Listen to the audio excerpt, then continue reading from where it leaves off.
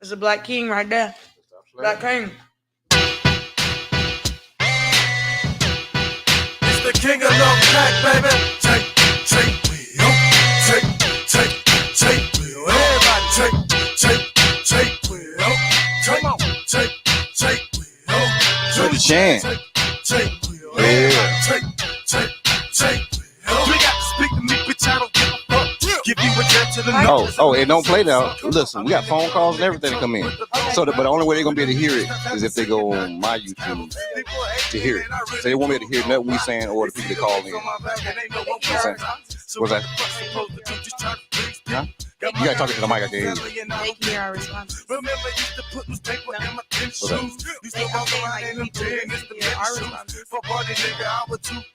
Oh, whatever. No, I'm saying you do that. I'm just saying. No, this all good. Hey, just stop playing this. Look at that. Just hit like that. Get caught. You live now? Oh, what? Why you didn't say we was live? Oh, shoot. That's You how never we do told it. me. Oh, I had to start about 17. You know how the thing, Facebook would give me 10 minutes past the time. Beginning of a new era. Clever. Winning. Just for my killers who just straight up murder. Leave you in the sewer dead just like a next turtle. Come on. I got connects with the real fucking black mob. And I'm trying to get it right with my man God. So any drama don't believe me that there's no problem. You like that? I see you boxing that right there. I am. I'm feeling it. I know. So why was I tell you to? Come on. Desert Eagle 50 caliber, that's my favorite gun. My name's Willie, yes, I'm gunning for the fucking Don't. dome. You the homie kid cause you always running fucking home. And BK got a boy, your house will clap it up. Run my mouth like a big booty bitch, I can back it up. Try niggas on pickups just like they did it, Jasper. Yeah. Keep fucking around, your new friend is gonna be Casper. You gonna be in the casket, people crying and coughing on you. But so many hoes ain't Yeah, we live, Tony. We ain't playing with it. We live, baby. Why can't see Tony? Tony, why can't see you? That's gonna pop up. Yeah. There he is right there. Oh, we on a little spring. Come on, I just stop playing like the screen in together. Tony, she came in here thinking I was slow leaking in here. Hold on. We gotta take a picture Fuck of that shit long time to Yeah. get nice. White shit in your head, it's like it's not a fucking lice. Like you can turn mics fed, like the pistol stay with some lead. Like Marie the dog to stay with some bread. I lived in the trailer, Not no projects. It's still better. but you couldn't run on my set. I kill niggas, dog, and also I kill time. Got 1409 podcast in the building. Hit two fucking moms. Niggas tell me, goddamn, niggas. 1409. You're gonna be with them on Monday. I'm gonna be with them on Monday. Yeah, 1409. You know what I'm saying? Okay, why Podcast. she did like Kiera T-Press? No, what her thing? She didn't give my flyer for you. Or you didn't give her no flyer for me. What? You didn't give her no flyer for me. Yeah. But you know, I think I sent it to your backup page. Another one. The beginning of a new era. Say what I'm you trying to ain't take popping, this, nigga, cause I'm so clever. You can love me, y'all hate me, nigga, but I'm still winning. See my legacy never in the bitch.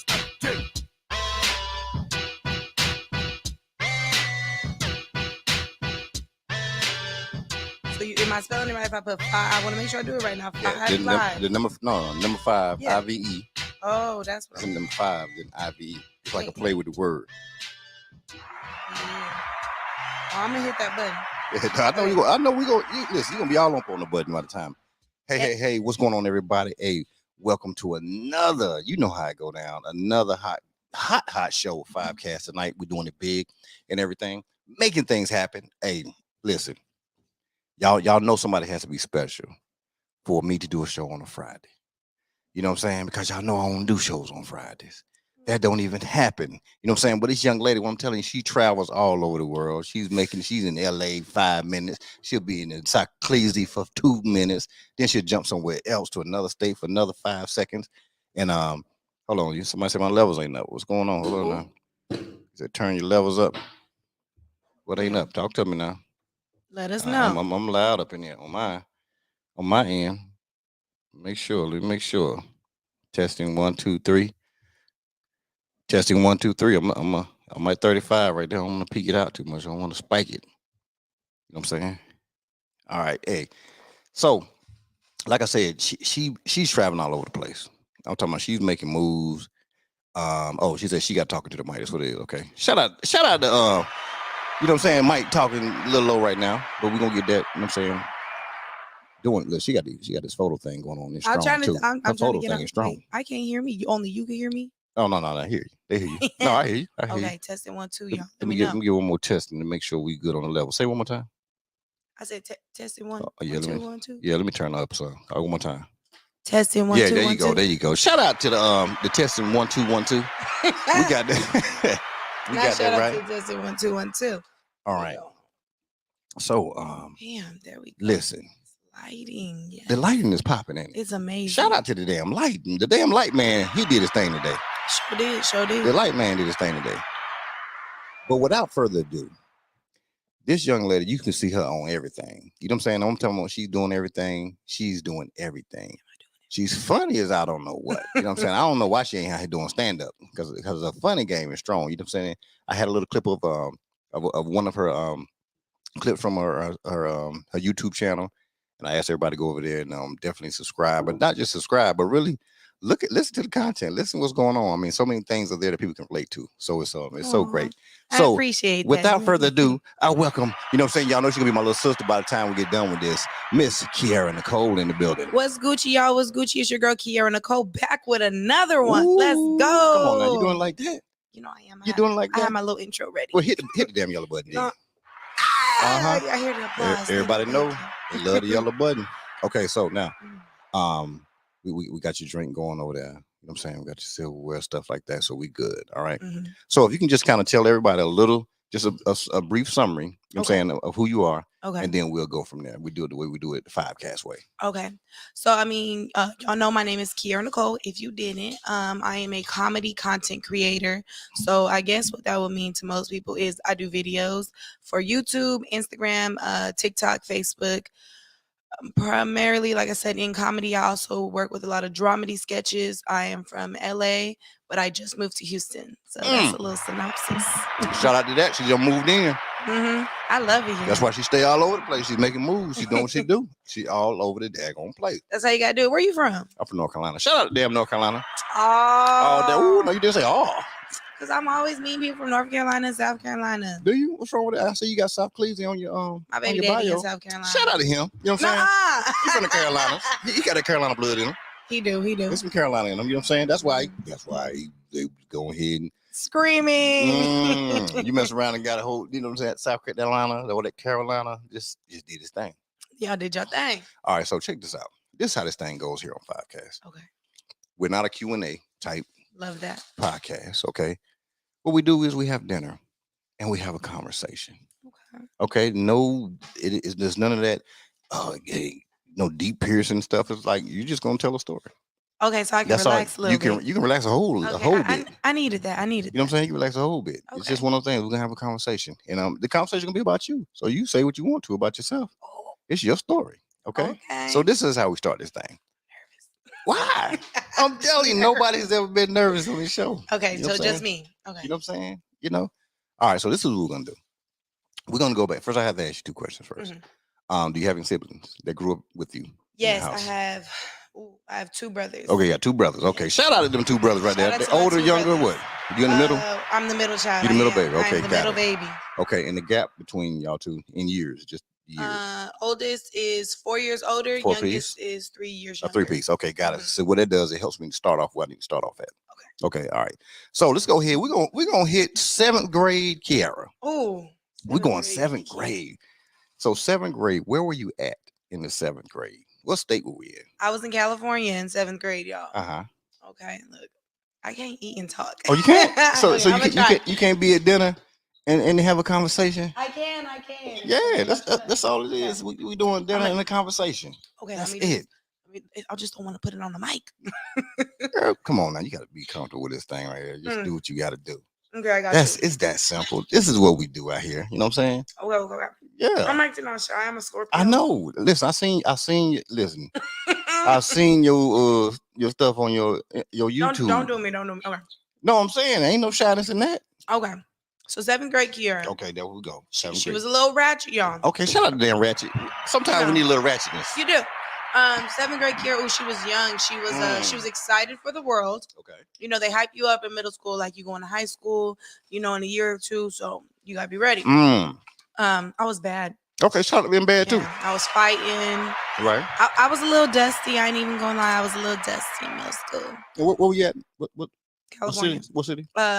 It's called Chino. Chino. Okay, I know Chino. You know Chino? Chino Hills and all that stuff. Yeah. You better start acting like I don't know Cali. Okay. You know what I'm saying? Don't act like I don't know now. International out here. Yeah, so it was definitely some rough years for me. Okay. All right, cool. Yeah. So, what was your personality look like during that time period? I feel like my personality then was probably a little more shy. No. Because people always tell me I was crazy. I was crazy, but I was only black girl. Okay. So I went to school. Yeah, because people have kind of money over there now. They got some money, you know what I'm saying? They're not really colored. So now it's a lot more diverse. But at that time, there was four of us. And two were boys, two were girls. Well, and then me, so 5. They were both light skinned. So I was the only brown skinned girl. Okay, come on. So that was, that's a different time growing up. Yeah. You know, so because you have no one that looks like you. So I feel like I was like kind of shy, but kind of crazy too. Right. And then anything you do when you black, you know what I'm saying? Right. It's like you being extra. And I was never really trying to be extra. I was just being myself. Right. Okay, then shout out to being yourself. Shout out to being time yourself. for that right there? Okay. All right. So we see the other personality was. All right, so let's go ahead and move on up a little. We're gonna hit 9th grade. 9th grade. We're gonna go to 9th grade now. So it's so that's high school in Cali, right? Yeah, so 9th grade starts high school. High school. Okay, so which high school did you go to? I went to a high school called Don Lugo. She went to Don Lugo, everybody. Don't shout them out because I also went to Eleanor Roosevelt. But we're going to get Roosevelt in a minute, okay. but we have to get where you first went first. Okay, you know what I'm saying? went there first. You was over there with Lou. You said Lugo? Don Lugo. Don Lugo. You know what I'm saying? Don Lugie. DLG. Okay, got it. So you was over there doing your thing. Yeah. So how was walking in there like the first day of 9th grade? Like, what was that like? Ooh. Well, so my brother went there actually, and he was a big football player. He already had a name, so he done went through with that name. Exactly. So it was like, okay, the next one, but she's a girl, so what's it gonna be? Right. That was bad too. I told you I was a little crazy, so I went in hot. I went in fighting. Come on now. I went in being a little mad. Hey, so put them hands up on somebody. Oh yeah. Somebody say something to you. Click. That was it. Because it was like none of the boys wanted to talk to me because they was friends with my brother. Got it. It wasn't they didn't want to talk to you. They couldn't talk to you. They couldn't talk to you. Okay, shout out to you don't understand the big brother role. The briefing, he gave the briefing. He said ain't nobody hollering at my sister. That ain't happening. You know what I'm saying? Didn't. I know that's right. But that's kind of how I walked in. It was fun. It was definitely different. Now my family was really strict. Wow. So I didn't go to none of like the dances or really nothing. No? Not my first school. No. Okay. So I was kind of, like I said, I was in that weird phase. Okay. Do you do any sports? Any type of activities? Yeah. I ran track and field my whole life. So I ran 100, 200, 4x4, 4x1. So you got that girl. I did a little, I did a little running. Shout out that damn run gang was together. She got that running. Yeah. So that was fun, but that wasn't the school for it, Okay. Yeah, because they're not as advanced, I would say. And like I say, it wasn't, track girls, what you thinking of? Yeah. We, what I'm saying? So, okay, so all that speed when running around that school. So you be in the 4x, you be the only one doing it, basically. No. There was a lot of fast girls at that school. It just wasn't more so sprinters. They were like fast, long distance girls. Okay, long distance. Okay, got it. Yeah. All right, so let's go ahead and move up a little bit. So you said you at Lugo, but you left. I left. Okay, so when we leave? I left after my first year, so I transferred right away. So sophomore year, you heading into old Eisenhower. Eleanor Roosevelt. Oh, Roosevelt. My bad. They cousins. Eleanor Roosevelt. You know Roosevelt. We were with sister school. Yeah. Okay. Yeah. So I ended up going there. That's in Chino. I was in Chino. That's in Corona. It's called Eastville now. You know what that's at? Like by Rancho. There's Rancho. We're like 15 minutes from Rancho. Okay. So it's still in that Chino area, but it's like 15 minutes away. So this is like the even richer area, but it was more black. Okay. Oh, shout out, y'all had this money right here. Everybody pockets were thick right here now. So that school was lit. I ain't even gonna lie. I went in there because I went in there shy because I didn't know nobody. I had my cousins. But you didn't have to fight nobody though. I didn't have to fight nobody till the end of the year. So let me ask you this. So what made it so that when you went into 9th grade over there at Lugo, that you had to put some hands on people? That when you went over here, you know what I'm saying, that it was a whole different vibe. Why do you think that? Was it like the way you thought at that time or what? You know what? I think I'm just really big on respect. So I'm a Scorpio. Shout out to all my big Scorpios in the building. And we'll shout them out now. I need to start hitting the button. Hold up. I told you better start hitting it. But I think it was just more like I started kind of growing into myself in that Okay. sense, in that stage in my life. So I was just like, you know what? No, like y'all not gonna just punk me. Like, so I was like, okay, if I'm gonna really go out, I'm gonna go out with a bang. And it was Right. just like, Bang. yeah. Yeah, when I would have banged, they was like, yeah, she can't go here no more. She's a little too much. They were So like, they had a vote. Then they voted you out off the island. pretty much. They was like, she's not like her brother. Because my brother's real chill. He not Right. into all that. He's a Taurus. So Right. it's like, he was just, yeah. Okay, well, so you just moving all around these good areas. Shout out to the parents. My Okay, wait, my we mom. ain't Well, gonna no. Hold on. Don't worry about Shout it. out to my mama, R.I.P. But Okay. my mom passed when I was little, so she Oh, she okay. wasn't even there for none of that journey. Right. My dad really wasn't in my life, so Okay, it's got just it. like, I ain't gonna shout out. Okay, we ain't shout nobody out. Shout out that we gonna keep the story Shout moving. out to all my aunties and uncles that took me in and let Okay, me that's sleep what on we're the talking floor. about. You know what I'm saying? So the auntie and uncle Aunties, a lot that of when you aunties went and over to the uncles. other school. Yeah, they Who took was me in. Who My was- aunties and uncles. Okay. So I had a couple aunties and uncles that took me in throughout the years. Okay, listen, all the aunts and uncles and everything like That's that. too Listen, much. y'all did your thing. You can't name me right now because it ain't like an award speech. So Yeah, we we can't won't do leave that. nobody out, but all the aunts and uncles, y'all did your thing. Shout out to y'all. You know what I'm saying? Hey, we're gonna run into a real quick commercial break, and we're gonna come back and we get into some more. Maybe we can probably grab a couple bites real quick before we get back here. But this is my girl Pamela, you know what I'm saying, with that Sunshine Truck. You know what I'm saying? I remember my first paycheck as a company driver. I was appalled. How could I survive on $600 a week gross? Paying bills and managing over the road on a trainer's truck, things could get tight. I knew then that I had to help create the change that I wanted to see. To be impactful to the underserved trucking community, I founded my nonprofit Sunshine for Truckers.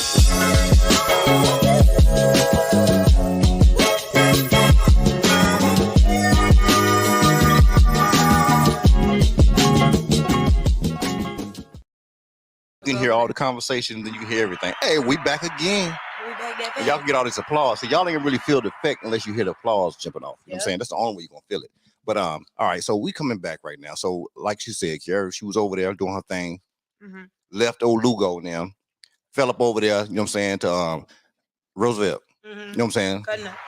Roosevelt had her cousins over there. So you don't remember I remember that. Had the big cousins over there. 2 cousins over there. So but she enjoyed it. She said she went over there, things were a little smooth, and she kind of liked that thing right there. Yeah, I really like that school because, like I said, I grew up in Chino, so I remember my first paycheck as a company driver. I was appalled. Oh, go ahead.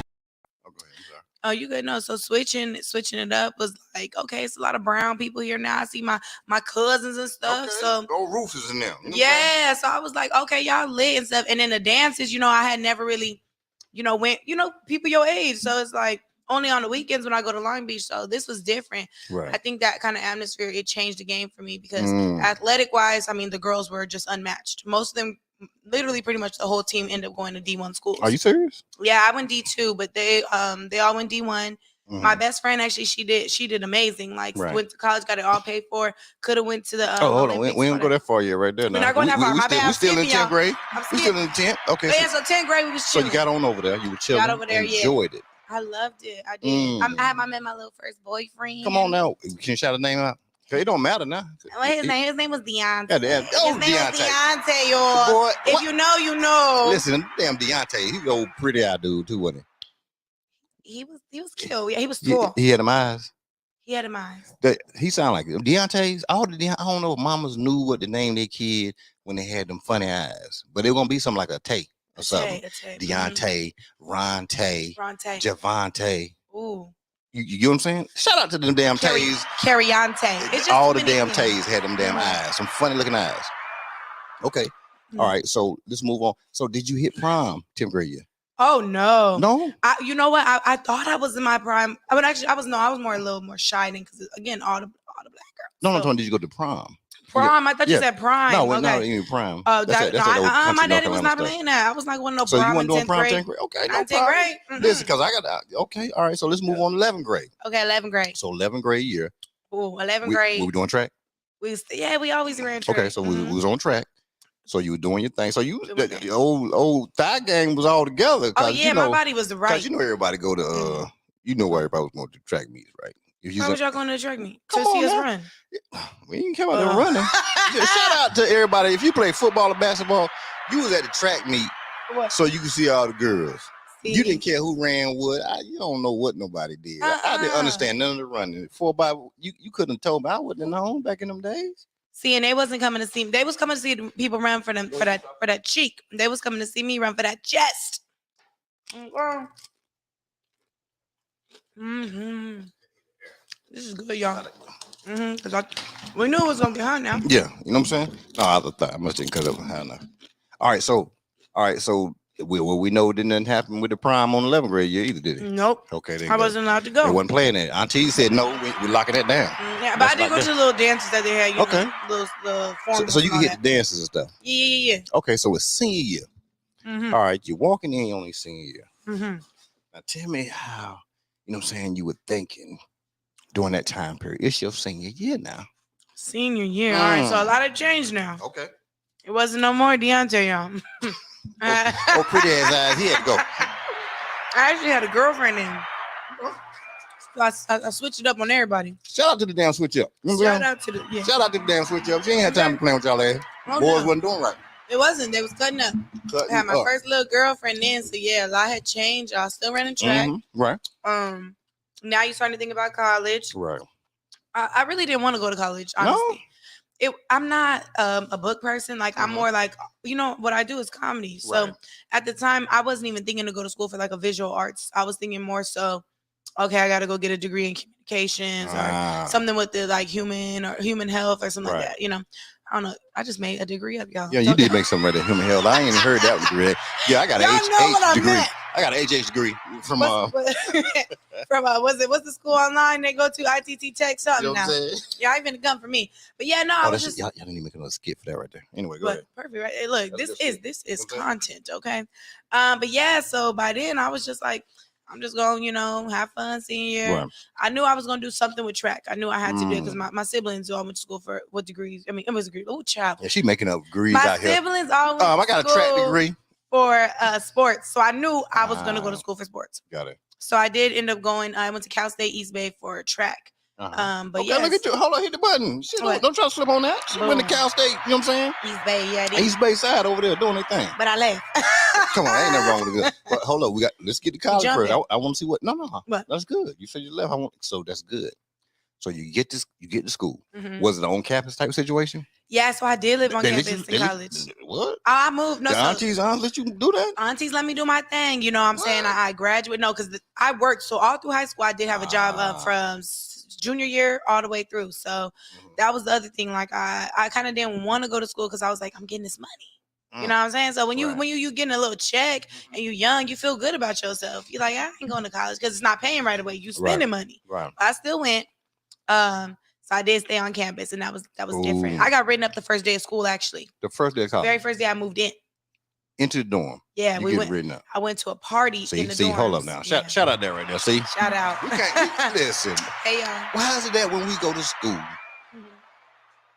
we get our room, and the first thing we looking for is the party? Oh, yeah. You know what I'm saying? Because we know it's about 20 of them going on. Oh, yeah, but we're trying to see which one that we are going to go to. Yep. Because we're going to the party now. I'm going. Okay. And guess what? I got written up. But was the I didn't know about this party first, though.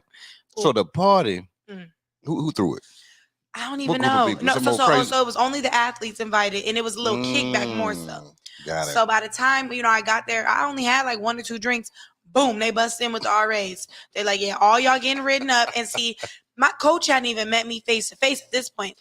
So we did everything verbal. So he like, how you get written up the first day you hear? But I was like, shout out to Mr. Jones. I was like, hey, shout out Mr. Jones, y'all. I just had to, do what I did. And I'm a smooth talker. Okay. So, I didn't get out of it, but I didn't get in too much trouble. Okay, got it. Yeah. But you did get written up. Oh, I definitely got written up. Okay. Yeah, all right, cool. So you got written up. Mm-hmm.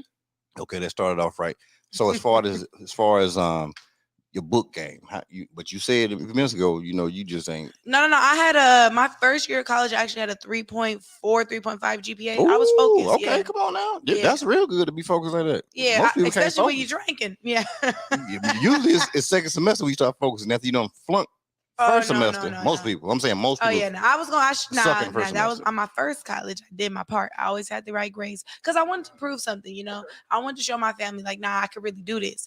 But it was just like, I went to school in the Bay, so it's like 6 hours from California. I mean, from SoCal. So Right. it's just like you do have home, you get homesick, you get lonely, you miss your friends. Like I was in a relationship. So it was just a lot going on at that stage in my life. Right. And then you're finding yourself too, because you're in college. So it's like you're like, I don't think I want to do this, or I don't think I want to do that. Right. And I'm like, I'm going to school full time and running track, so I couldn't work. So I'm like, you know what? I'd rather have my money than I'd rather just be here, like, and be broke. And be broke. Yeah, right. That was definitely the life of an athlete. Yeah. So a student athlete, you're gonna be broke unless you had wealthy parents. Yeah, you're gonna be broke. Exactly. You know and keep in mind, I just told you I was staying with my aunties and stuff. So I was already coming from having nothing. Right. And then going into a situation where it's like, you really ain't got nothing now. And then either you're gonna eat in the dining commons or you're gonna spend money on groceries. And where the grocery money come from, Right. So yeah, that was college for me. The first year. And then I transferred. I'm a transfer type of Shout out to the transfer game strong. You know what I'm saying? You did it over at OHB over there. All right, so I'll be tearing them school names up. All right, so it was time to transfer. It was time to transfer. So you just made a decision, like, you know what, this is not going to be. Did you need to move closer back to home? Is that why you transferred, or what was it? Well, if we're being honest, the decision was made for me. Okay, shout out to the decision being made already. It sure was. It was like I was in a really toxic relationship with a shorty, and she was just doing too much. And I was like, you know what? I'm gonna just go back home. And so I did. I left. Okay. I stayed till the end of that year. Right. Got my stuff in to transfer. Got all my stuff in, and I was out. I went back to California, San Bernardino. Okay, San Bay. Okay. Yes, I went to Cal State San Bernardino. Okay, hit the button because that's a good dang on school right there. You know what I'm saying? It's good when you went. It was good in the hood. You know what I'm saying? It's in the hood. But most, if you think about it, most colleges are. Yeah. And you know the reason why? Why? It's because when they're building the tax, you know what I'm saying, they're going to build where the lowest tax, you know what I'm saying, situation is. Yeah. And so when those schools were built, and that's what they were built around. So that's why most of them are around, the hood. That area. Think about UCLA is not about around the best place. You know what I'm saying? You dang right, because you just seen the girl that got shot in Mm-hmm. UCLA, just being in her car. Right. Yeah, it's definitely not. Most zoos are not by great places. Any zoos like a zoo? In the hood? Yeah. Oh Lord. Because it's the land is cheaper. Oh, okay. So that's why you go to the Bronx Zoo. Think about the Bronx and the zoo. Oh wow. Think about it. See, you know what I'm saying? Shout out to I'm learning. So shout out to me learning stuff, y'all. Hold on. Right there. You know what I'm saying? So everybody pull out a map and look at all the zoos and look at the colleges and stuff like that. You'll see. Okay. Especially like HBCUs. You'll definitely see where they built that. You know what I'm saying? Hey, this is good. I just want to tell you that. I know that's how it's banging, eh? You know what? You're right though, because what's that HBCU in Atlanta? Clark. Which one? Clark all of them is in the hood. I went to a party there. I was like, hold on, we really gonna get rolled up on. Yeah, it's definitely different. Okay, now I know something. Okay. Shout out to all the HBCU. They need to cut their grass sometimes. All right, so you get back. So you enroll in school and everything. Bad relationship. You got away. You moved. You're back over here. So what was your mindset at that time now? Because one, you did college life a little bit already. Yeah. So what's your mindset? So this is when my mindset genuinely changed. I was like, you have no more time to waste. It was like, I'm already felt embarrassed. Like I went to school, now I'm back home. But like I got my own place right away. And then my first place I got out there, y'all, the girls that I moved in with, they had roaches. Come on, shout them damn roaches now. Come on, we talking about the roaches. We got to shout the roaches out though. Because they be everywhere. They got cousins and relatives in all states. Look, Texas, hold on now. Y'all got some different type of birds. In all states. In all states, yeah. You talking them big ass, them big boys. Yeah, y'all got some. They move stuff. They move furniture. They move this around. That kind of stuff scared me. Yeah. So yeah, I see. I had only lived with them for about 2 weeks. I seen one roach, and I had just. Did you see it when you first got there? No, it was clean when I first got there. So that's why I hadn't signed the lease yet, though. So I was just testing the water. So I got the place furnished. They played you. Yeah, my little room. Yeah, they did, because they already had all their own stuff, and they had dogs and all kinds of stuff. But you know what? I was like, I gotta do this because I gotta go to school. And I was young, so I was like, whatever. So, I come home one day after a long day of being at work. Right. I about to lay down. I pulled a blanket back. I saw a roach. I said, bro. And when I tell y'all, I ain't never packed my stuff so quick. I shook all my clothes because they lay eggs. I shook my clothes. I left the bed. I left the dresser. I left everything I had bought except my clothes, and I just dipped. Because I was like, y'all got roaches. You said the roaches was underneath the blanket? So it was one under the blanket, but then they was in the living room because she had like iguanas. Right. They was just dirty, like dogs everywhere, hair everywhere, animal stuff. It was just too much. So, and like I had peeped they was dirty, but I was always at work. because school hadn't started yet. Right. Okay. So that school was about to start in the next couple weeks. So I'm like, dang, they got roaches. I gotta go. But they was building this new apartment complex across the street. Right. Now, at the time, you know, $600 for rent was a lot when you ain't got nothing. Yeah, $600 a lot now. You know what I'm saying? Shit, you know what I'm saying? Shout out to the damn $600 rents. Yeah, please come back. I know that's right. Listen, and the buildings are still the same, but the rent don't went up. Yeah. You know They done went up on rent so much, it's absolutely ridiculous. They're like Jordan. Rent is like Jordans. They just keep going up every year. But they're the same Jordan, right? True. Yeah, they just keep. They just all they do is change one thing. They dang near making the places smaller and charging more. Yeah. Come on now. So I'm like, and everybody trying to live in compact places now, so they're able to. They sell you on the dream of a luxury apartment, luxury housing, and then you get there and it's like most of the time they don't clean the pool. Right. You know what I'm saying? They ain't nothing really luxury. It's new stuff that you probably never gonna use. True. Because I be living in these places and still getting a gym membership because I just feel like it's packed. And I guess for them it's a good selling point, right? Mm-hmm. But people, they will go to a gym. They will. They have like 3-4 memberships, in fact. Mm-hmm. And why do you think people have so many memberships for the gyms? I ain't gonna judge them because I got three active memberships. Well, that's what I'm saying. Why do you think we do that? So I keep one in LA open. One I honestly forgot I had it. They just keep charging my card and it's only $10, so I don't really end it. So one of them just got me. Yeah, they got me. The other week. Now the other one I do go to, but I also have a trainer. It's a lot. Okay, shout out to the damn trainers. Shout out to my trainer, y'all. He be training me. If you need a trainer, my boy Jay Gray. I think he's a trainer. He's a big joker. You know what I'm saying? You know what I'm saying? My boy, shout out to Jay Gray in here. What's up, dog? You know what I'm saying? Yeah. He be doing this thing. Jay said, let me see what the comments are saying in here. What you talking about? Danielle said knowledge is power. What you said? Knowledge is power as far as just, learn things. Oh, yeah. Just period. And she talking about some palmetto bugs. You know what I'm saying? She's naming the Texas roaches. No, let's just call them roaches. You know what I'm saying? But I'd rather, not me personally, but I would rather see a roach than a rat. That's all I'm going to say. Oh, yeah. Because New York, them rats is dogs. They've lost that fight with the rat game. You know that, right? Mm-hmm. You know they'll never win that game. Everybody got rats in New York.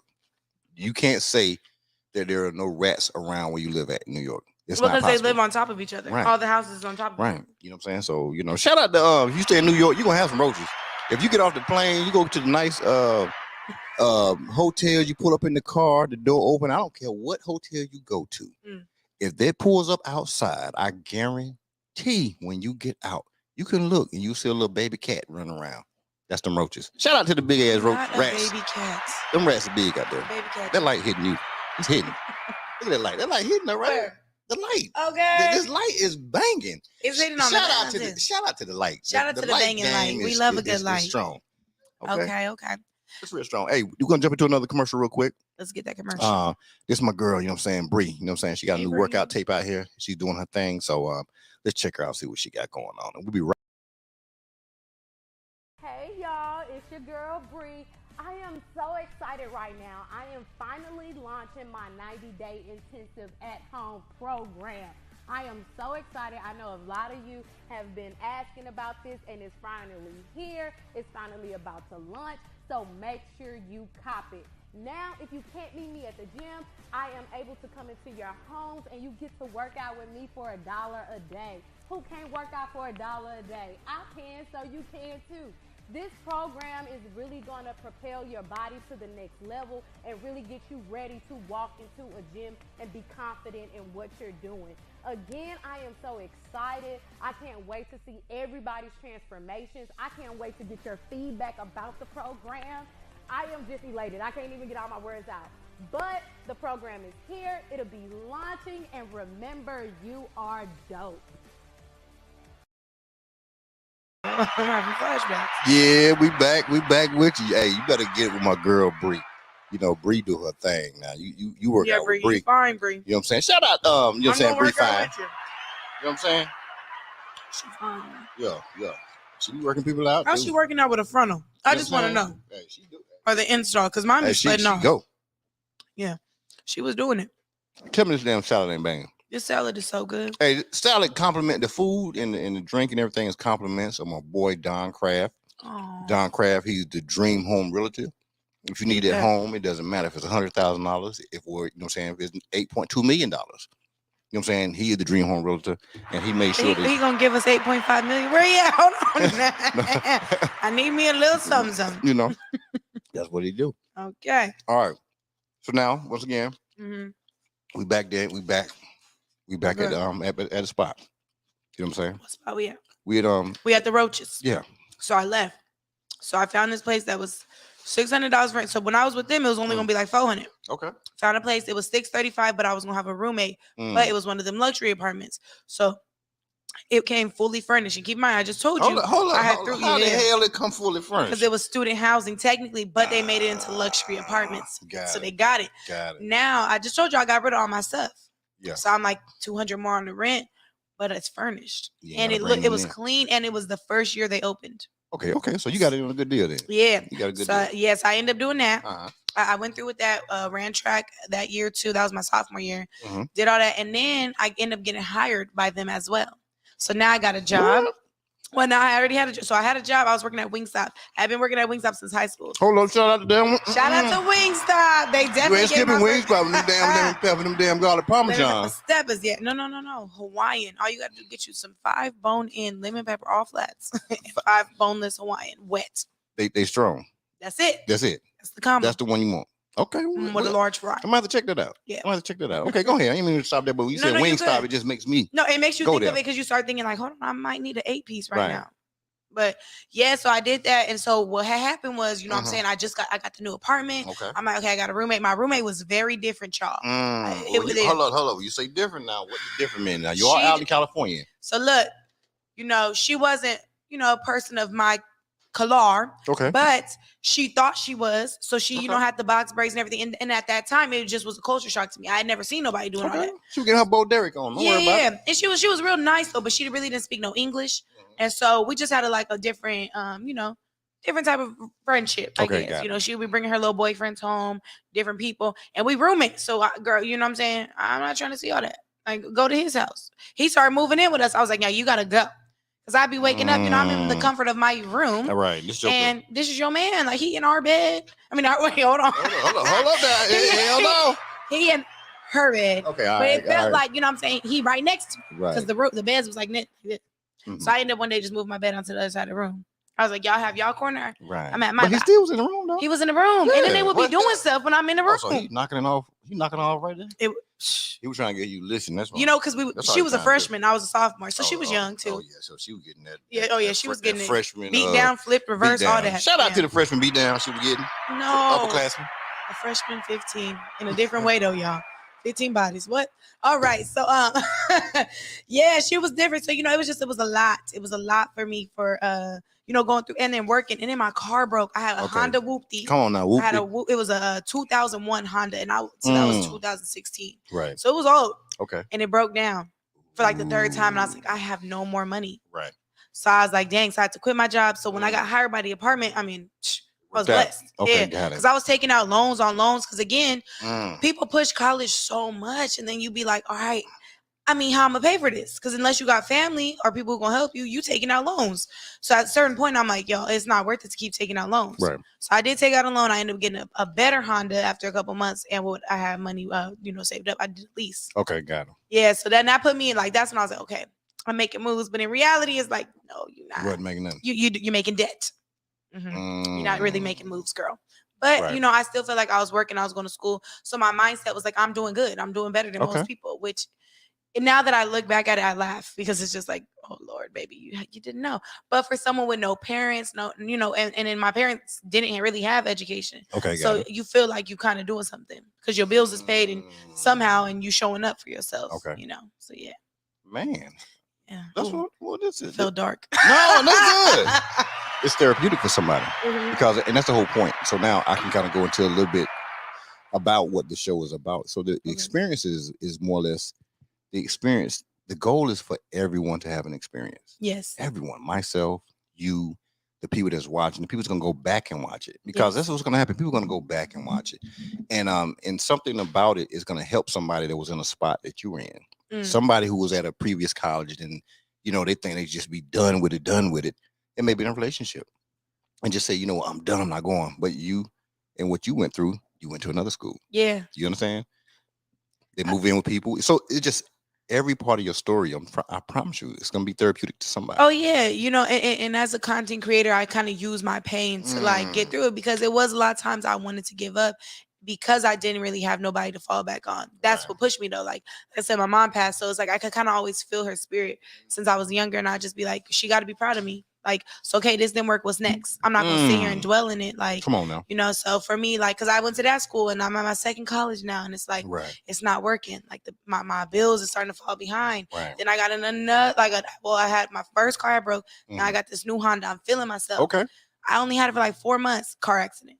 I totaled the whole car. Thank God I had insurance, so they paid for it. But now I'm out of a car. But you out of a car though. Yeah. So at that point, I was like, okay, this ain't for me. Like this was like now I'm maybe going into like my that junior year, what it would be, and I realized this isn't going to work. Okay. Like I don't like school. I'm failing all my classes. Now I can't even. 1,000 loans. I'm taking out the loans. Right. I wasn't eligible because my grades, because I was working full time. So I'm doing the apartment job and I'm still working at Wingstop. I went back to Wingstop.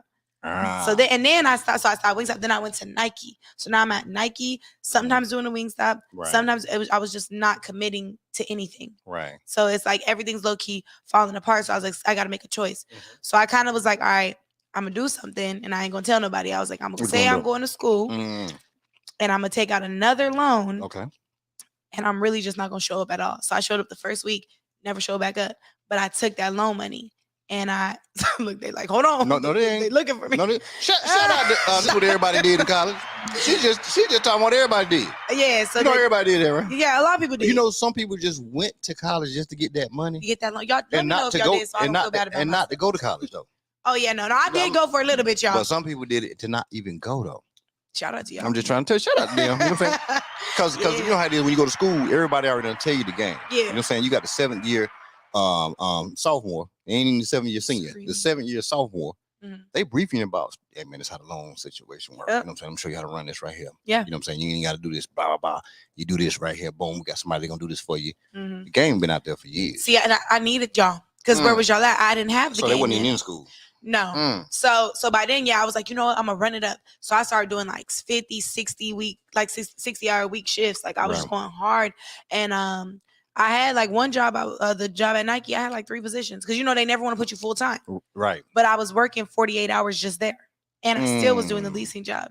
So it was getting to the point. I was like, my rent is paid. Now I'm stacking up. Right. I got a new car. So I just was like, okay, cool. Like maybe this is what I'm supposed to do. Because I had always been working since high school. So I knew I was a worker. So you had a hustle in you. I always had hustle, no matter what. Because I knew I was never going to be broke. Like I had watched eviction notices get put on the door as a kid. So it was like, I was like, okay, I know I'm not really going to gamble. Right. I'm not really going to just put myself in bad positions. And I know for sure I'm never going to not work. I was at that point in my life, it was never going to be a man that I was going to let take care of me. Okay. You know what I'm saying? I still was dating women. Right. So I'm thinking like, ain't no reason I'm going to ask a dude to help me out.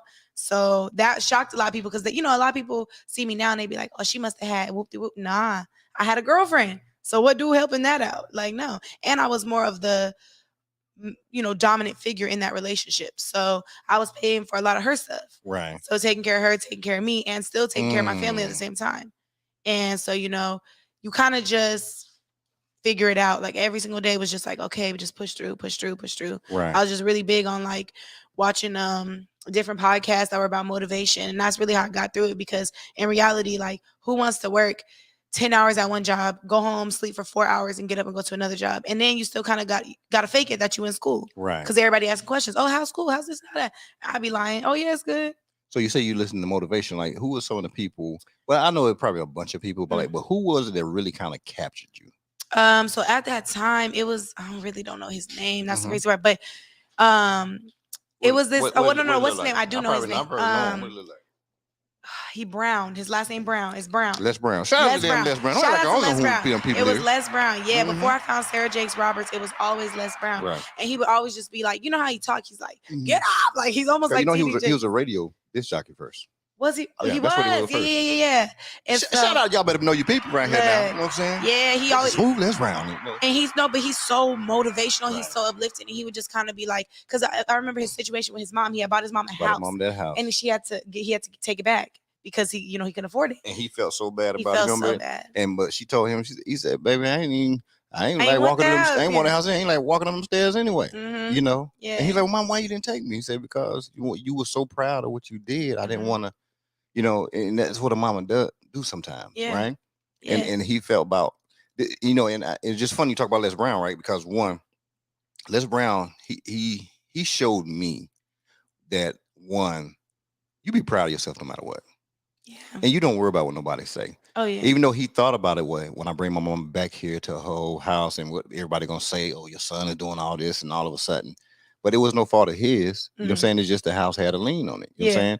You know, and so it was nothing he could do you in that situation. But he tried, and I think that's what it was for me. Like when I listened to that and like just his story, like he would just be so inspirational. And they would on YouTube they would clip it in 10-minute clips. So at that time I had you know, because when you're going through a lot, let's be real, you either you gonna eat, drink something. Everybody has their thing they do, and so for me it was that I was drinking a lot and I was eating a lot and I wasn't running track as much.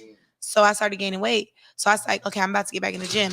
So when I got back in the gym, I was just listening to his little 10-minute clips they put together, and it just kept pushing me, and I was like, all right. So that's when I really had to make that decision. Like, yeah, it's time to kind of just drop out and go full fledged into my career now, which is doing YouTube and stuff like that. Okay, all right. So, yeah, All but right, but it wasn't that easy. It was still a lot more before that. no, But yeah. okay, no problem at all. No problem with that. We'll run to a commercial real quick. Commercial. Real quick, let me talk about that daggone Jai Juice. You want some juice? You know what I'm saying? You got to get the daggone Jai Juice and do what you got to do. And be right back. When you're ready for that pickup, there's only one juice to go for, and that's the Jai Juice. That's 281-455-8797. Get you some of that good stuff. Jai Juice. One more yellow button. Hey. Shout out to lip gloss, honey, because my lips is dry. Shout out to damn lip gloss. You know what I'm saying? I'm still eating my salad. I'm pushing it to the side. I'm taking it. I'm still eating. Ain't nothing wrong with that. All right. Okay. All right. So now, you were doing everything. You had Nike. Yeah. You hit Wingstop every once in a while sometimes. Yeah. I stopped showing up to my gym because that Nike money was good, y'all. Okay. Then you was at the complex, still doing the thing over the complex. Yeah. So you're doing it, right? I was doing it. Looking at motivation stuff, but you're tired of telling stories. You say you're tired of lying. Yeah. And people ask you these questions and stuff like that. Like I wasn't lying. Well, you know what I mean. I just was like trying to keep that facade up that I was like really in school and stuff, and like which became hard at some point, right? Oh yeah, it came hard. You know, when they told me that I wasn't enrolled no more. When they said you will no longer be receiving any loans, you are like because if you once you fail so many times, your GPA falls too low, they kick you out of school. Right. And so I did the little fake cry, like man, I need this. They gave me one more chance. They was like, okay, you have to get a 2.5. Right. And I was like, okay, I got y'all. I took my little loan. I was like, peace. So I knew I was like, yeah. Got up for their money when it ran the numbers up. Yeah, I was like, yeah. Okay, so now, as you're looking at motivational things and stuff like that, snip it together. You say you drink a little bit. What made that transition to where you said, you know what? Let me look into this social media thing. I need to know, when did that start? What year? Can you give me a year on that right there? I can, exactly. Okay. That was into 2016. My new girlfriend at that time, she was like, you have this big personality, bro. You need to be on YouTube. Right. And I'm like, man, YouTube. Because I had only really watched like podcasts on there and stuff. Like I never watched the couples or like the vlogs or the sketches. Like that wasn't me. So I was like, nah, bro, that's not my person. Like that's just not me. But I would go I was on Snapchat. I was pretty big. Like I was do little sketches on there, but I didn't realize they were sketches. I was just being myself, talk shit, to be honest. So it was like, she was like, you should make a YouTube. I'm like, nah, bro, nah. So we had broke up and I just started making videos. I made a whole YouTube. I know she was like, bro, what is hell no, hold up now. Yeah. Shout out to the ex. So she tell you to start making some videos and you like, no. I was like, nah. I was like, y'all broke up. You started making videos. I started making videos. But you know, me and her did we had a lunch, and I thanked her because I was like, you didn't realize that at that time, but she was dropping a seed. And sometimes like God will put people in your life to drop seeds, and you don't realize it in that moment and in that season. She just wasn't the person for me, you know. Right. But she was still that person to give me that, and I always give her credit for that. You know, shout out to the damn credit. Yeah, you gotta give. You gotta give them the damn credit, y'all. Now. You know, it just may not have been y'all. Y'all that part of it just wasn't there. But you know that sometimes you got to take that Take it for what it is. Yeah, You and know what I I'm mean, at that time in my life, like I said, I mean, I'm dropping out of school, working full time. So the last thing on my mind was being a YouTuber, that and I'm thinking, no, you got to have all these followers and all that to do it. I didn't really realize that's just a self motivation type job. You just got to push yourself, just drop the video, push the content. But nobody was doing that at the time. Like, Right. so for me, I was like, nah. And then little by little, I just would always get in these crazy situations, and I would tell them on my Snapchat. So you just okay. So you would just like whatever situation you was in, you just put the phone up and be like, yeah, y'all know way. I literally be lit, pick my phone up and be like, man, can y'all believe this female just whoop whoop whoop whoop? And like people would be cracking up because I would always try to tell get the message out of it. Like, what was the point in that situation? Right. Instead of being so upset about it, like, I got put in a lot of wacky situations because I was just all over the place. I was at so many different locations. I had so much going on in my life. Right. So it was just a lot going on. So instead of just kind of being so sad about it all the time, because again, I got to get up the next day to go to work. So ain't no point in crying and acting like I can't do nothing. I'm going to just make a video about it. And that's kind of really how it was. I just started talking about my situation because at this point, pretty much, I had like one more female after her. Then I started dealing with dudes. And once I started dealing with dudes, I was like, y'all crazy. I was like, yeah, not great. But men are different than women. Of course, we know that. Different. We're definitely different. Yeah. That's a given. So that was, for me, it was easy to make a video like, bro, can you believe this dude? And I just start talking about it instead of crying about it. And other girls would be like, yes, oh my gosh, you're so funny. Why don't you make more? And my best friend at the time, she was just pushing it like, Key, you need to drop more videos. Like, this is funny. Like, you're really sitting there talking what everybody want to say, but they're scared to say it. And you're doing it in a funny way instead of a bitter way. Right? Because that's the thing. A lot of times as women, when we speak how we feel, when we jaded by somebody, it comes off bitter. So I was like, okay, I'm going to say the message, okay, that you played me. I'm going to make it a little funny at my expense, and we're going to see what happens. And that's really how it started. So do you remember your first, so you still on Snapchat at the time? Or did you, this time I'm on Instagram. So I'm fully on Instagram, but I had a YouTube. But you had one, but you hadn't really. Nah, I hadn't put the comedy on there yet. I was putting like hair videos and workout videos because I had lost like 40 pounds. So I guess, like, why did you do that if your thing was really the comedy? The comedy. I was scared. I was scared of like people looking at it like, what is Kiera talking about, bro? Like, how you go from being an athlete, how you go, what I'm saying? Now you're working, now you're doing comedy sketches. Like, so for me, I was just scared. So I was like, you know what? I'll do it on Instagram for fun. Okay. Because at the time, Instagram was it was slowly becoming a video and picture. It was more pictures then, but it was like slowly working its way into introducing videos. And so I was like, okay, I'm gonna just be posting these videos and, just being silly.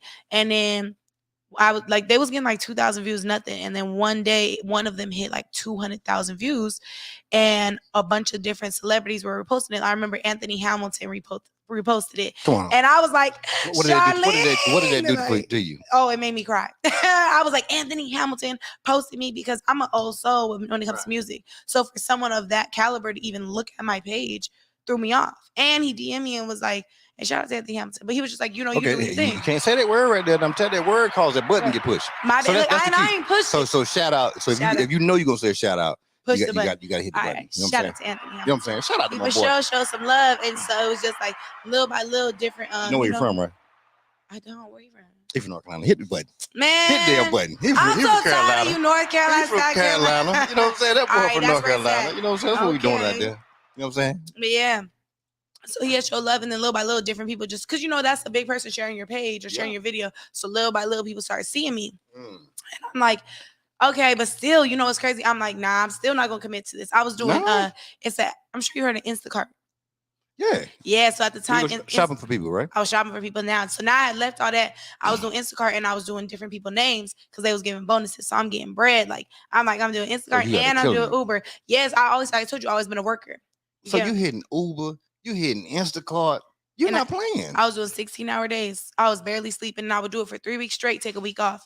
And then I was doing it in San Francisco. So I'm going from LA. At the time, now I moved to LA. And across the bridge. So I'm going from LA 6 hours to San Francisco almost every other week because I still had to come back sometimes to see my family. So it was just like, I've always been a hustler in the sense of like, I'm going to get it by any means. And even though my dream and my passion was to do the YouTube and to do these videos, I was like, nah, I'm going to do what's making me money. Because it wasn't making me money at the time. So I would I would do the Instacart, and if Right. I knew I had an order in the area Right. where my homegirls stay, I'd be like, "Hey, I'm about to pull up for this order in like 10 minutes. Come outside and shoot this video for me for Instagram real quick." And they do it. Get out of I here. swear on So everything. so in your mind, you were sitting there like, I can play this content right here Yeah. because one, I actually have it. And a lot of people didn't know what I was doing, right? So people just Mhm. see you in like they like, how's she in Atlanta? Because I'll go to Atlanta every now and then too. So like she in Atlanta, she in what's it called? Shoot, San Francisco. She in Right. LA. What does she do? Because online, you Mhm. know what I'm saying? I'm giving. I'm Right. giving a whole different life. I'm giving like, like Ah. that, like, I'm doing my comedy. I just wasn't letting them see the like the work behind. So Right. I just let people assume. A lot of people assume again, she got to do it or something. Because Right. at that time I had made a little money, so I got my first little Gucci bag, Yeah. little Louis stuff. So And you weren't putting your personal loan on. nah, this was my money now. Right. They had a loan no more. Okay. I paid. No, I'm saying you no. weren't putting your personal life on. Oh, I wasn't putting nothing personal in my Right. life on there Mhm. because I think I was still embarrassed at the time, like because people be like, "What's your job?" Right. Because they didn't. I'd be like, "Oh, I do comedy." And they'd be like, "What do you mean?" I'm like, oh, "I do videos. Just look at my YouTube." Because Right. now I'm starting to make my little YouTube videos. Mhm. So it was a lot of different stuff. I went through a lot of phases. Right. I think nobody wants to ever talk about that, but you got fake it till you make it. And I definitely was showing that because I was gonna be sad if I talked about what I did. Who Right. wants to work 16 hours driving in their car? Because Instacart was in my car all Right. day. But see, So this is the thing. A lot of people think these things are overnight success. They just Yeah. happen just like that, right? yeah. And I got it. People don't want to talk about the hard times. It's like comedians. They don't want to talk about the time. Like even Kevin Hart just came out not too long ago about how he was living actually in Mhm. LA. Oh yeah. But when he come home to Philly, he's like acting like, this right here. And he would feel bad because he felt like he was lying to everybody. Yeah. You know what I'm saying? But it just, he had to keep that up Yeah. because he knew it was going to pop. You know what I'm saying? Eventually, And people are not going to yeah. understand the downside. They don't. They just don't. They don't understand the losses. Like, Well, especially Kevin Hart. I mean, a lot of the thing is, as I was starting to be in that the comedy world, right? okay. Being around different comedians, because I wasn't just around Instagram comedians. I was around like real stand-up comedians, and they would show me their lives, and a lot of them were kind of like faking it so they make it. Now the big ones was really doing some Right. stuff, But they already went through their fake it till they make it stage. and they would went through tell that. me that, like they would be like, "Yeah, me and so we grew up like this," because like, and because I be hearing it on like the when people do interviews, I'm like, was they really living that way? But when you see it, like especially if you're in LA, most people know LA is so expensive. So a lot of people are living on a homeboy couch and just showing up to auditions and stuff like that and eating. Behind the scenes, that's what's going on. But on the online, you just see them living life. Oh, they're out at the club, but they're getting bottles, they're doing this. And so you feel that pressure to always have to like put your best foot forward. And then as a girl, like, my Instagram was going up, everything was going up. And so I'm like, oh, I gotta look this part. Like I gotta look like I got money. And again, y'all, I was working full time, but your girl really had like $1.99 because I was paying so much debt off because I had to start paying those loans back. Right. And I had to pay my car and I had little stuff with my family going on. So even though I felt like I was doing a lot, in reality, again, I was doing very well for myself. I was able to sustain the lifestyle I had, but I wanted more. Well, let me ask you this: like, where did you go for your mental solace? Like what did you do? Because one, that's a lot of weight. See, everything you saying, you know what I'm saying? I'm listening to it, but there's a lot of weight you have to put over here. Yeah. Like so what are some things that you did to cope with it? So shout out to my aunts for reals. Damn because right, shout out to the aunts. We're gonna shout them out. Yeah, after I dropped out that third time, we ain't playing with them. She was like, "Come on back to LA, baby, because you can't do it. You can't do it."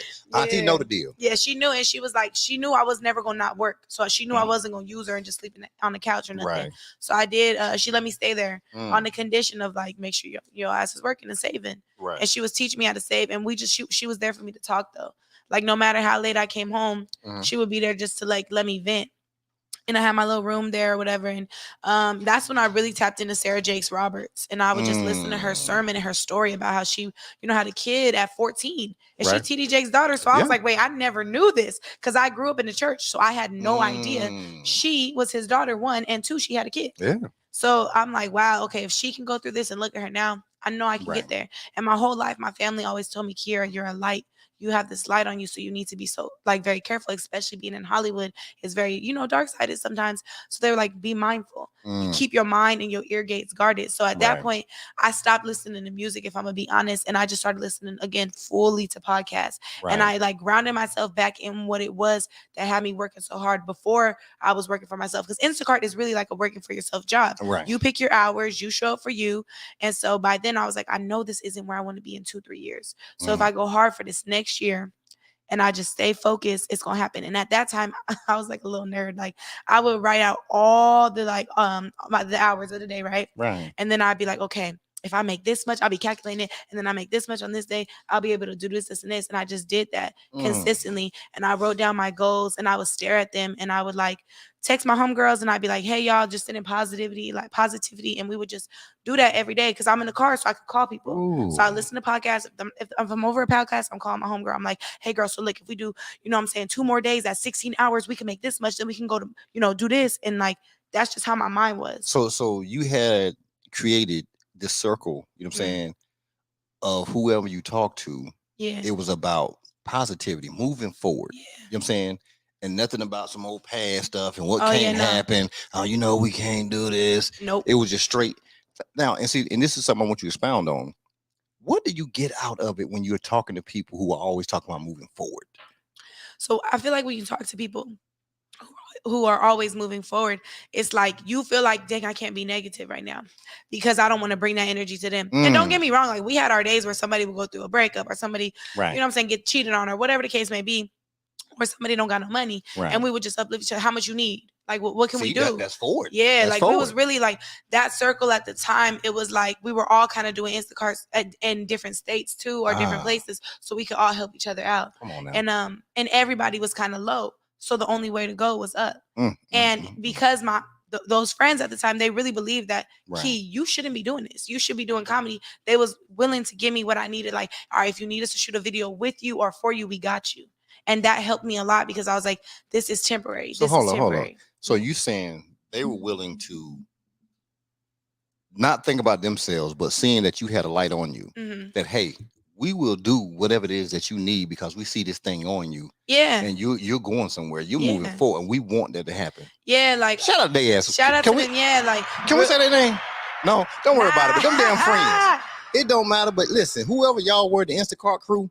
Y'all was now they know who they is. Yeah. I know what I'm saying. But I'm just gonna call them the Instacart crew. We gonna call them. It was on point. And it's no beef or nothing. It's just, you know, of course, as you get older, stuff changes. At the time, at that time, I needed them. Right. I needed them, and I know for sure they needed me in the sense of us all in our mental state, because it was hard. Like, a lot of people don't really, especially women, like, you don't want to tell, you know, you're the whole thing is you can't be broke, can't be no broke bee. And so it's like, you know, we was able to at least be honest and upfront with each other. We were so transparent. Like, we literally knew what was in each other's bank accounts because we did the same stuff. So we was putting each other on to different, if you go to this city at this time, the order's going to hit. And it's like, you can't have that conversation with nobody who's not doing it because they're not going to get what you're talking about. Right. But they got it. So for me, that's when I knew. I was like, this is the last job I would work for somebody else. I'm going to figure out how to do this for myself. And so and you were how old at that time? I was 21 then. Yeah, 21. Hold up. So you were 21 at this time, talking about, you know, I know I can't be working for nobody else. I knew then in my heart and soul, like, I'm done after this. And so I started, I actually I went harder and harder on the sketches. Like, when I tell you I was doing, these are on Instagram still though. So I'm doing them a little bit on YouTube, but I was scared. So on Instagram, I was going so hard because at the time, Instagram was that app where you needed to be on there. Okay, got it. So I'm doing them like almost every other day. I'm dropping a new sketch. So at this point now, my auntie's filming it, my homegirls are filming it. I'm dang near asking strangers to film it. I'd be like, hey girl, can you film this? And I'm like doing costume changes. I'm doing my hair. Like, I was so into it because I knew it was going to take me out. And somebody had hit me with this like massive following on YouTube, massive following on Instagram. And they were like, I need you in the sketch. So I'm like, I swear on everything. They saw that light in you. He saw the video. He saw that light. He saw a video. He said, I know she can do it. We can't say the name. No, we can. His name was Troy in LA. Yeah, I'm Troy in LA. Yeah. He saw some light. He saw the light. He saw a light in me. He put me in a sketch. Okay. My very first sketch. Now think about it. This is why this is so important too. As we go through your story, right? Once again, here is somebody who had pretty much what he needed, right? And saw you, somebody that had at the time less than what he had. Oh, definitely. You get what I'm saying? He didn't have to do this. He definitely didn't. You didn't call him and say, hey, can you do this so I can get my stuff up? He just looked and saw He something in literally you just found me on the internet. and was like, "Yo." Yeah. And had he had never done it, I was never gonna reach out to no one to get help for it. I was just Because like, you gonna go ahead and get it yourself. yeah, I was gonna get it myself. So Right. when he did that, I was like, this is it. And I knew I had to show up, and I knew I was like, I had to really show out. So I wore like the cutest outfit I could find. And y'all, Come on, you put a cute one on. What you have on that day? I had on like this. It kind of looked like this. It was like Uh-huh. a blue top, but it was a skirt, and it was like a blue like half top and a skirt. Yeah. And it was from You Lil. gonna walk in there on them like that. Oh yeah, I You walked gonna in walk on him in ready there. to go. You know, did you do that walk you did on that? I don't know if you seen that Which the one? flyer I put out there on you. Oh yeah, I sure With did. with But no, thing. it was a That's little on your. bit. That's on your. No, you had jeans on though. What? Yeah. Yeah, the one I was at. I went to the Rockets game. Oh yeah. Yeah. That little turnaround spin walk, Oh, girl. yeah, Shut yeah. up that damn I walk. gave it to You, him. you Yeah. people, they put it on him. Oh yeah, and so he had me shoot with him. No, I'm lying. We shot. We didn't shoot that video because Yeah. that video. So we shot another video though, and it went crazy. It had like 500,000 views in the first like 2 days. What? So he was like, oh yeah, and because the vibe was so good, we was just talking like this, and his homeboys was there. Shout out to Big Josh. Shout out to You talking about the big dude? yeah, Big Josh. He does. Yeah, that's my dog. Yeah. I mean, he don't know me nothing. But, Yeah, so they all kind of. You know what I kind of got on him? He was doing a character, Tiberius. Yep. That's when I first saw that fool, boy. And then when he did, I like him and the other dude, the one that like Kawhi Leonard. Oh, Minx. Mm-hmm. I like Minx because I like his calmness about stuff. Oh yeah, he's funny on the he's comedy. like a little gangster. But Big Josh, he's I like him, boy, because he did Tiberius, and then when they did that challenge, no. You remember it was the we'll think about it after break right here. Yeah. We're gonna jump into this right here so I can think about the right thing, and we're gonna figure out what that. I remember my first paycheck as a company driver. I was appalled. How could I survive on $600 a week gross? Paying bills and managing over the road on a trainer's truck, things could get tight. I knew then that I had to help create the change that I wanted to see. To be impactful to the underserved trucking community, I founded my nonprofit Sunshine for Truckers.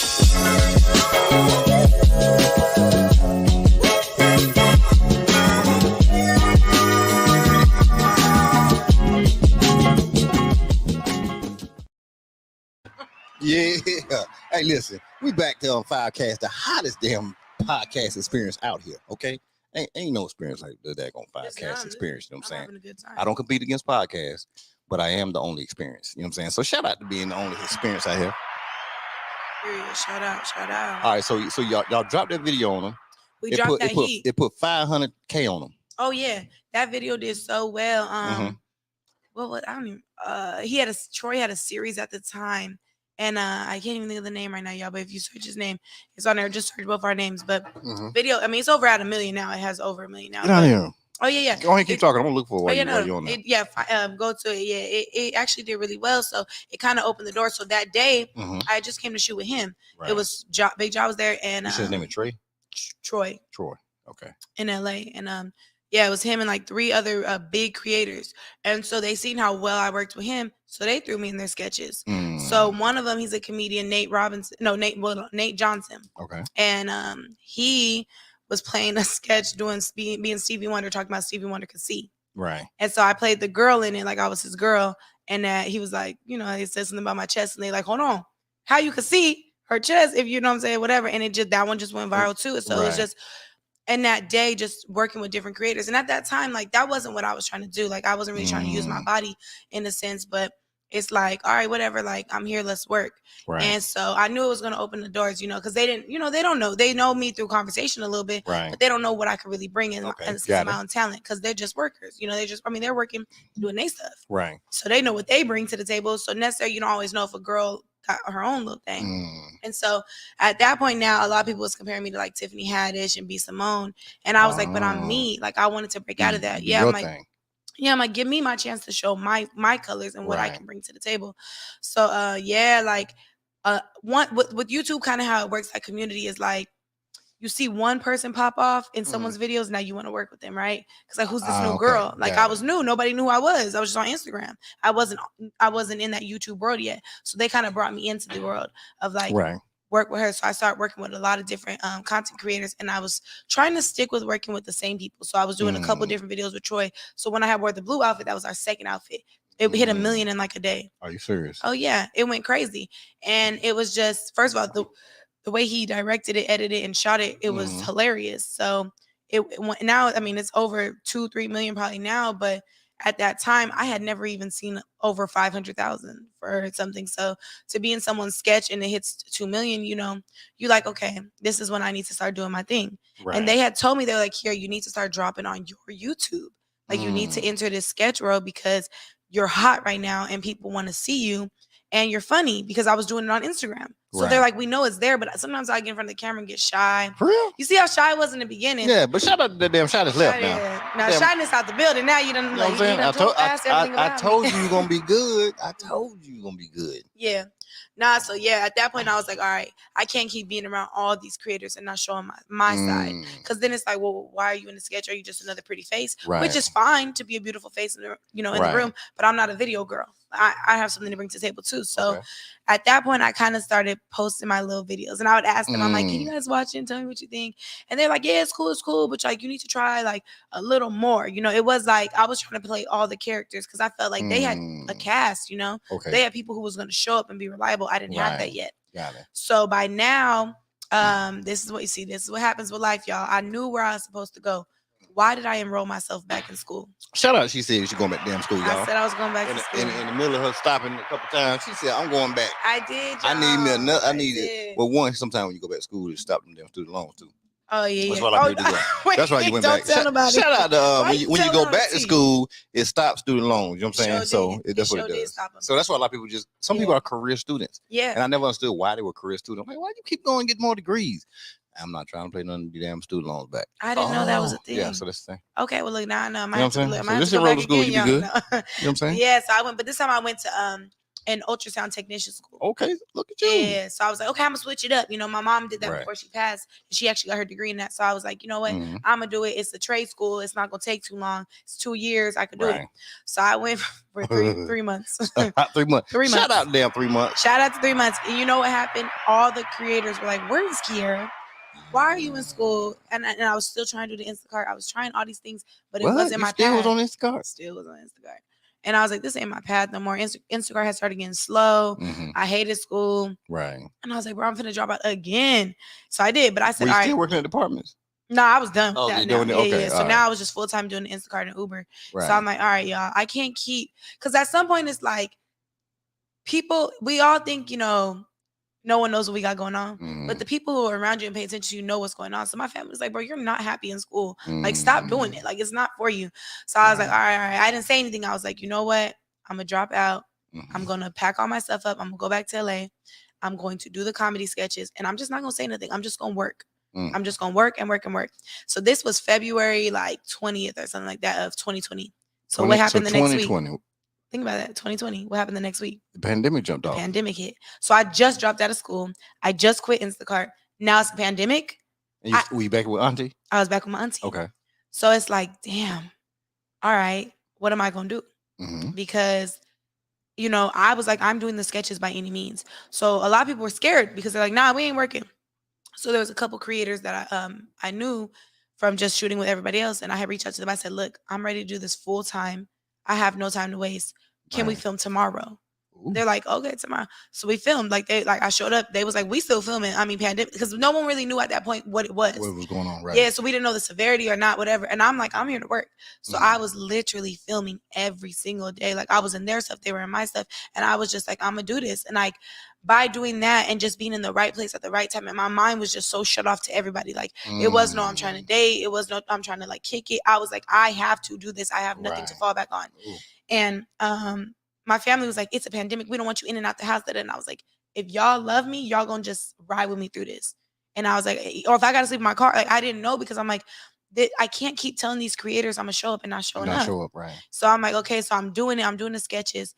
And they wasn't really hitting at first. And so then I'm like, all right, whatever, I'm gonna just keep going. So how were you feeling when you saying that they weren't hitting at first? I was, what was it? I just was people wasn't. No, I'm saying, like, what do you think it like? was? It was just like people, because my YouTube at that point was just so much like lifestyle stuff. So they were like, "What is this?" Like, but they had seen me in other people's stuff, but they hadn't seen me really post it too much on my page. On your page, yeah. So it's like a lot of people were just like, "Eh."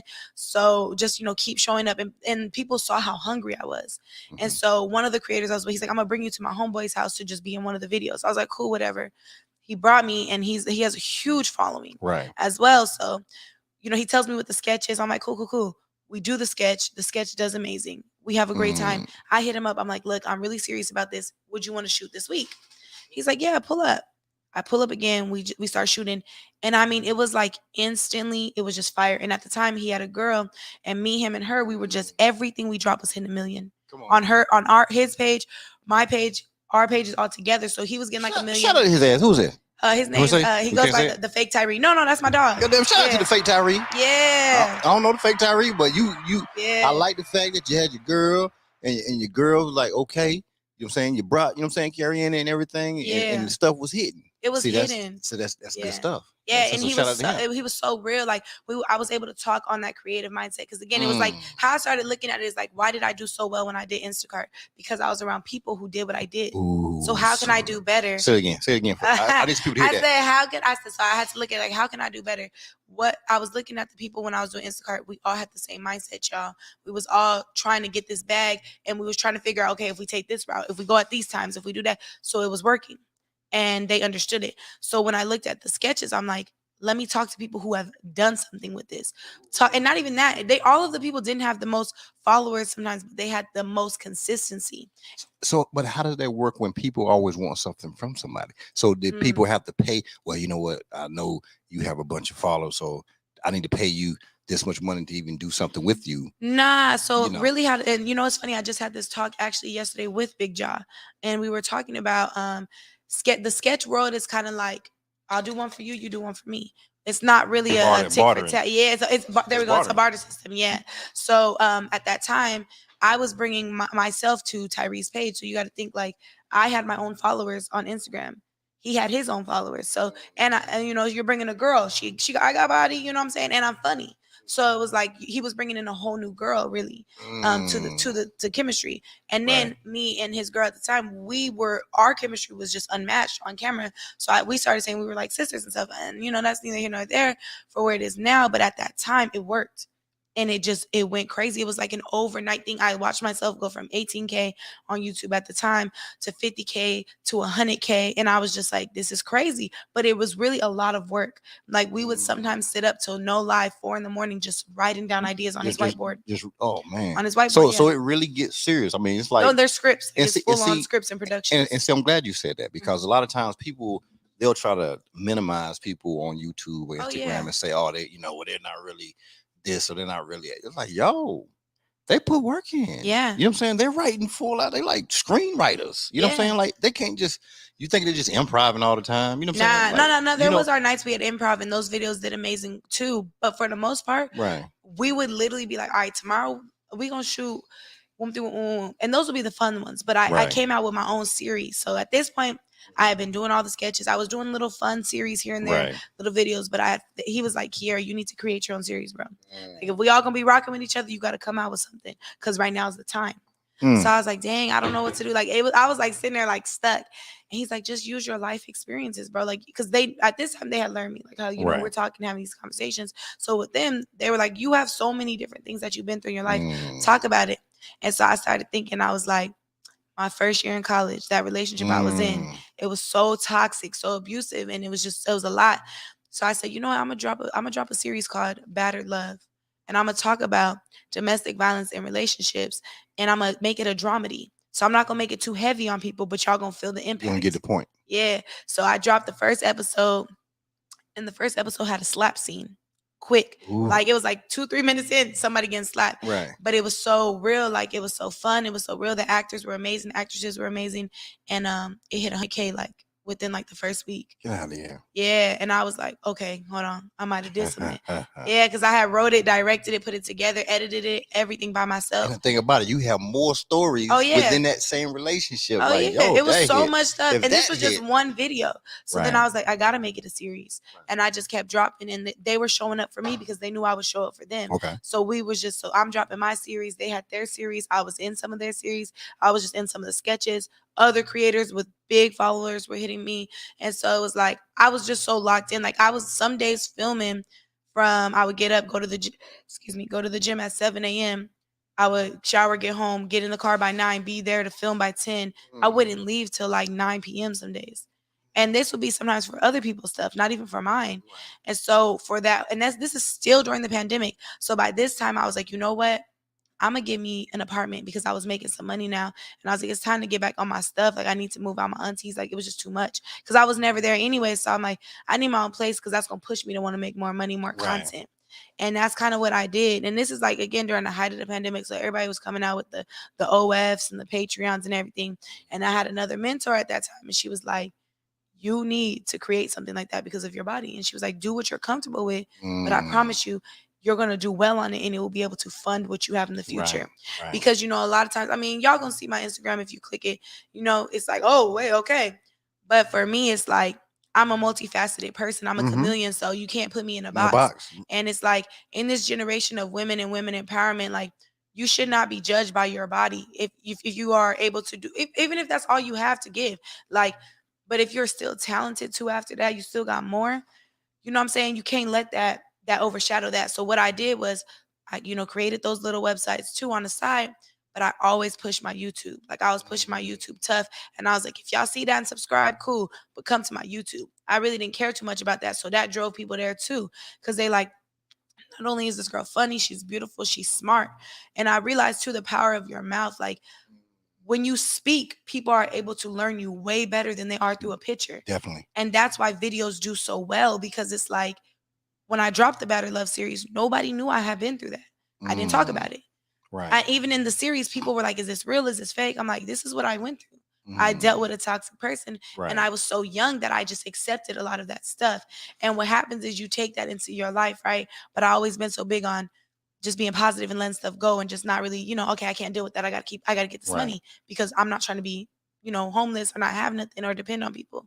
So it's just a lot of those things that were going into my series. So there would be scenes in Battered Love where I would cry and it would be therapeutic for me because it would be real. But it'd be real though. Yeah, it would Real for sure tears. be real. And then even just the actors and actresses, because it was a dramedy, so they're so used to being comedians. So me taking them and putting them in that, like, nah, this scene is in deep. your space, right? Yeah, I'm like, I need you to really like do Go these there. lines the correct way because this is someone back home is going through this and they're not wanting to, you know, wake up anymore. They're over it because they're tired of being with someone who don't respect them or this and that. And when I dropped that series, I mean, it still does numbers to this day. Like, and it's hard for me because I'm like, dang, I want to bring it back, which I am in the process of doing it. We brought it back when I moved to Houston, but it just wasn't the right timing. Okay. And with stuff like that, especially, you know, if it's domestic violence or anything that has to do with mental health, you want to do it the right way. And if you won't, you got to put the money into it. Don't do it the cheap way. Like, because when I first dropped it, I did it the cheap way, but it still did good because it was So when you real. say the cheap way, what do you mean? So people can understand that if they're kind of doing these things like that. So you need to, by this point, it's like now me being the creator I have it, but you need to invest in cameras, your camera equipment, your lighting. I mean, you got it. You got the setup because this is something you take serious. Right. So you could tell just when you walk in, you feel that presence. And a lot of times too, when you take your craft serious, other people will take it serious because they're like, I don't want to waste your time. Right. You know? And that's what I feel like I was kind of struggling with too, because I was when I was doing the Instacart and all this other stuff, I didn't have no place for people to come and film.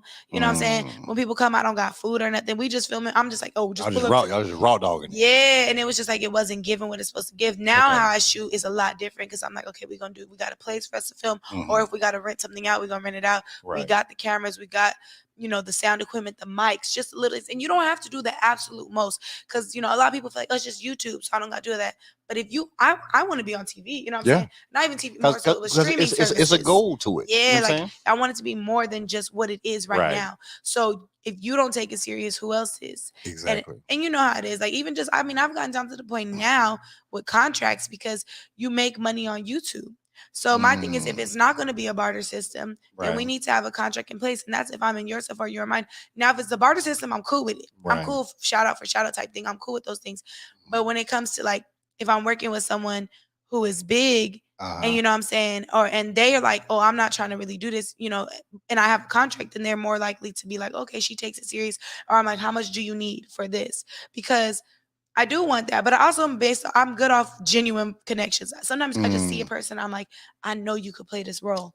Right. So would you be down to do it? And that Houston has opened that for me to open my mouth more. Because in LA, everybody's so Yeah, everybody like, nah, what you asking for? Like, or or they're like, oh, I only do it with you if you have this many followers and you Oh yeah. gonna do this, and Shout this. out to Like, Hell No.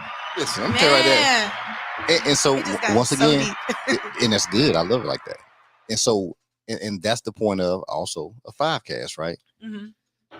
It's not to say people to come on here are underdogs, nothing like that. Yeah. But it's something that Dame Dash said some years ago. And his thing was like when he came up with his network that he has now, Okay. it was all about, he said, you know what? He said, I'm gonna bring the people on my stuff, the people who are it's what he said was the what's not sexy.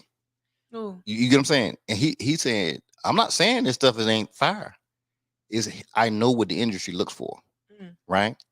And they only want this certain type of thing. Yeah. But it overrides the people who have all this talent. Oh yeah. And so he said, my thing is I'm gonna bring that talent, you know what I'm saying? Or the masses, what people don't get to see because that network level is not gonna do that. Kind of the Yeah. same way, kind of like Country Wayne Mm. has done this. You see what I'm saying? That's old country boy. You know what I'm saying? Yeah. And he moved this whole thing the way he's moved it to make them have to look at it a certain way. Okay, I'll show you something. Since I'll show you 100%. Hmm. I'll show you I'm gonna do it this way.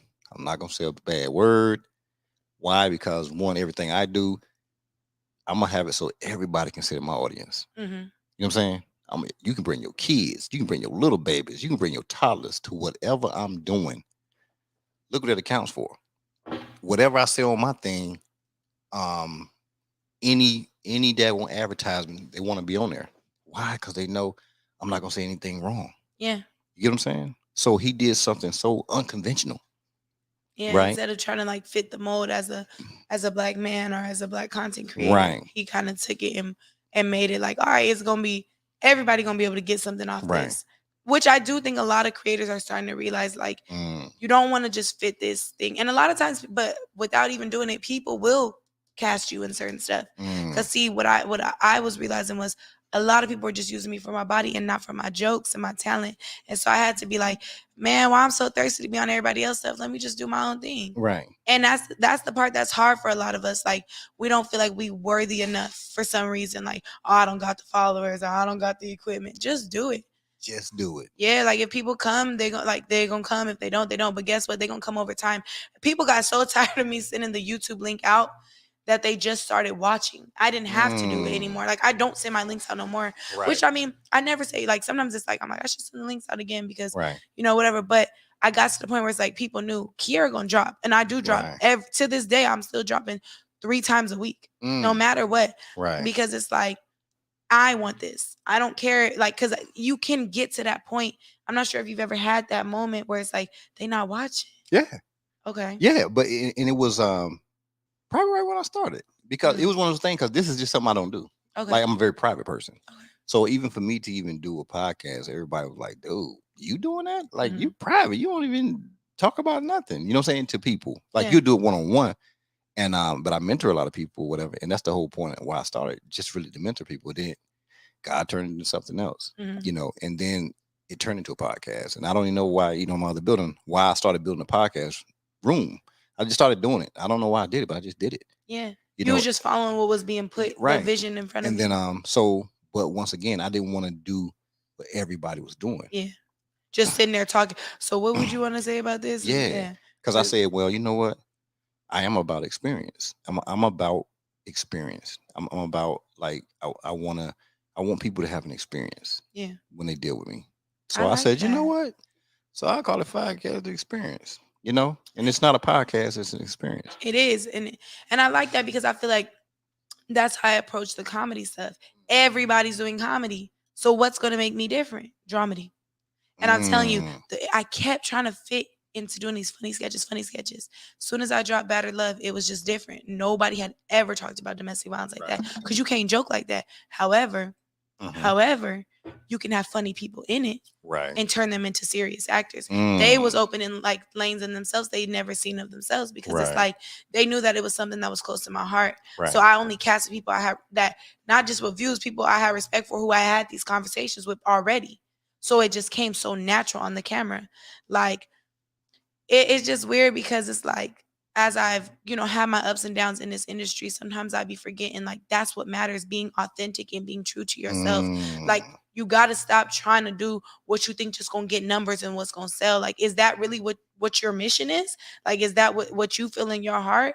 Because like I don't even do a lot of videos with people no more because it's like that's not me. mm, And especially like I'm a mom now, so it's like I just be thinking not even so much of what the what the parents gonna say or what the kid. No, like I be thinking like I want to do stuff that like relates to what I'm going through. Like right. I went through like postpartum and all that stuff, and I still have my moments, and it's like that's something that people don't talk about. Boom, True. that's a sketch right there. So I have a whole new series called Living with My Baby Daddy because life living with your baby Yeah, that daddy is shit different. funny. That's funny. It's fun. I'm Yeah, telling you, shout out to Living you with know My what I'm Baby saying? Daddy. That's funny It's different. because so many people can relate to it. Man, So many, and that's what makes it funny. I didn't know that we was all living with our baby You daddies, know what I'm y'all. saying? That is so funny. Yeah. You know? It's funny, but it's real too because it's like Right. you take it and you know what I'm saying? Of course you're gonna have your good days, you're gonna have your bad days. But at the end of the day, like it is something you're going through. Like I Right. don't know, this is just the season of my life I'm in. Go And ahead, Mary J. man, Go and ahead, it's Mary like J. I'm like, I don't know where it's going, God, but I'm listening. And it's Right. like I'm also learning patience and Mm, just understanding that when you're living with someone else, especially because like I said I was with women. So when you're living right. with a man, it's like you have to approach things different. You have to be a little charismatic. And we're both parents. It's not just Right. I'm a new mom, he's a new dad. Definitely. He has his own things he wants to do, and especially finding someone who supports your vision. Right. Because this is like really my baby daddy in the sketches with Right. me. So it's like, just making sure we respect each other's boundaries, but he understands that I'm like, we're gonna keep it real though. Cause I know there's other Mm. women and men that need to see this. Oh yeah. And they need to know like you're not alone and it's okay. Like you ain't gotta harm yourself. You ain't gotta feel like you can't talk to nobody. Like, nah, this is an open place. Like my sketches are almost like real life in a sense for Mhm. me of like they're not like podcasts, but I mean we be really saying some real off the dome how we Right. feel sometimes. And even just with apps like TikTok, I just go live now because and I just talk because I'm like, I don't know who needs to hear this, but God's been putting it on my heart to just be myself again. Come on now. I took off the wigs, y'all, the eyelashes. I'm just natural now. And I'm just like, either y'all gonna like me or y'all not, but I'm gonna just keep going. Mm. Cause I know there's another girl out there struggling with that. Like, I'm trying to be this baddie in this industry and I'm trying so hard to do this. I'm trying to show up to work, y'all, and look good, but the kids is crying and this is going on. It's like, just be you, sis.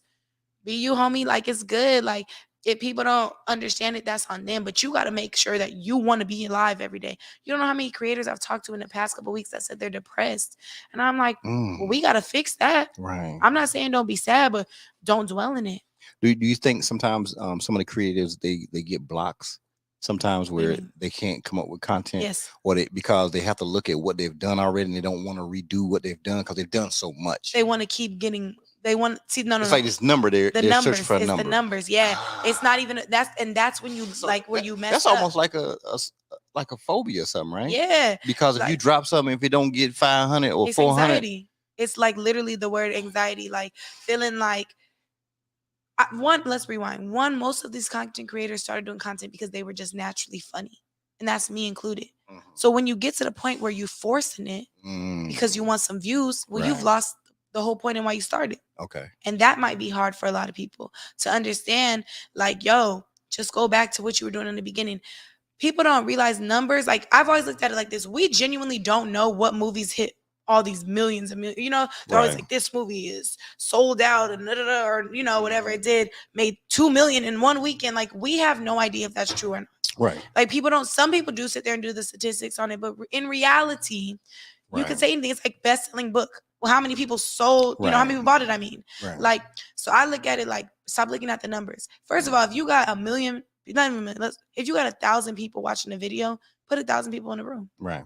That room gonna be like, even if you got 100 people, if you got 10 people, like, because the problem is when you get to 1 million, you feel like it has to be this quality. It has to be perfect. Everything has to be great. And in reality, But look it's what like, got you there. exactly. Look what got you there. The authenticity. I'm telling you, like, if you go on my Instagram right now, you can see it. And that's the state you're meeting me in right now. It's like I went through having my daughter and being like, I have to come back so hard on YouTube because I took a year off because I had the worst morning sickness. Okay. So I was like, okay, I just got all this, I just got popping, I just got followers, I just got this and that. Boom, I'm pregnant. What's going on? I'm about to lose everything. And I took that time off, which I needed because God told me sit down. Like he really did. Was like, bro, this is not the time for you. And God calls me bro. Yeah. Yes, Yeah. he did. Shout out that. Go Shout hit the out to button. God. Shout out to Yeah. God because he'll Call call me you bro now. He definitely You called know, me bro. God, he'll call you when he want to call you. Yeah, he was like, sit down and just watch. And when I watched, because I moved to Texas because I came out here, I was like, I'm gonna just live here and travel to LA. I Right. signed my lease, found out I was pregnant. I'm like, no way. No way. Everything's about to change. And it did for the better though. Cause I was losing myself. Like I said, I was filming 16, 17-hour days because I was treating it like Instacart. So I'm shooting every single day. I'm not even taking time for me no more. Right. I'm not even doing the things that make me happy no more. I'm just pumping out content because that's what I think needs to be done. So God set you down. It set me down. And then I made it worse because we always want to do us. I came back and I'm like, okay, that means now I gotta be even bomber because I had a kid. So frontals, lashes, all this extra stuff, looking just not being me, full face makeup. Like that's not me. And that's not what got me to where I was at. And I'm being so blunt with you right now. And it's like that was hard too, because that was another sit down, you know. And really that I do have to give that credit to my child's father because he was like, I know you, and I know this is not how you got to where you was at on YouTube. You got to where you was at by being authentic, by being real with people, by just letting them see you and telling your stories. Stop trying to fit this mold of what you think people need you to be because you have more followers now. Just do you. Just do you. And that's really what we've been doing. Shout out to him. You get on my nerves. You know what I'm saying? Shout out that's how it works now. That's how it works, boy. Shout out to all baby daddies out here. You know what I'm saying? Shout out to the baby mamas that deal with it. Baby mamas too. You know what I'm saying? You know, y'all bring the heat. Do. You know what I'm saying? Shout out to all the heat that they be bringing. Yes. That's 5 skits in one. You know. Yeah. Okay, so you look at things from a whole different perspective. Yeah. Which is what I admire about you. You know what I'm saying? And listening to everything you've been saying so far. That one, I like the fact that you know you're able to talk in an objective manner. You know what I'm saying? And not just, you know, how some people be one way, oh no, it's just this right here. But you're really open. You know what I'm saying? And I think that's great. And the maturity level that you have is just super. You know what? Like I think a lot of it, like I said, losing my mom at such a young age, it kind of forces you to grow up because I didn't have I wasn't a daddy's girl. You know, most girls, oh, she's a dad. No, I wasn't that. And also dating women first, I never really had no dude taking care of me. In general, first I ain't never had that. Right. So for me, it was like I've always felt like I have to prove something to people. I want to be more than my body. I want to be more than this idea of what I should be like as a black girl in like 2020 or whatever, 2022 at the, you know. So for me it was always like I gotta be better. Like I gotta show that, because I was always goofy. Like I told you, when I was in middle school, they was like, she's crazy, she's wild. So I knew that was in me, and I just always knew, like, also I always used to say, like, you got today to cry about it and then you gotta get up tomorrow. Like, I don't know. And I'm not saying that's good because I understand mental health is important. Definitely. But I just don't let myself dwell in stuff because I've seen how quick life can be taken from somebody. And I just, like, when I leave here, what is my impact? We always hear this word entrepreneur, but it's like, okay, well, what is your impact? Like, what is your mission? Like, when you really leave, is people going to remember you for being a pretty face? Or are they going to remember what you've done, not just online, but for the community?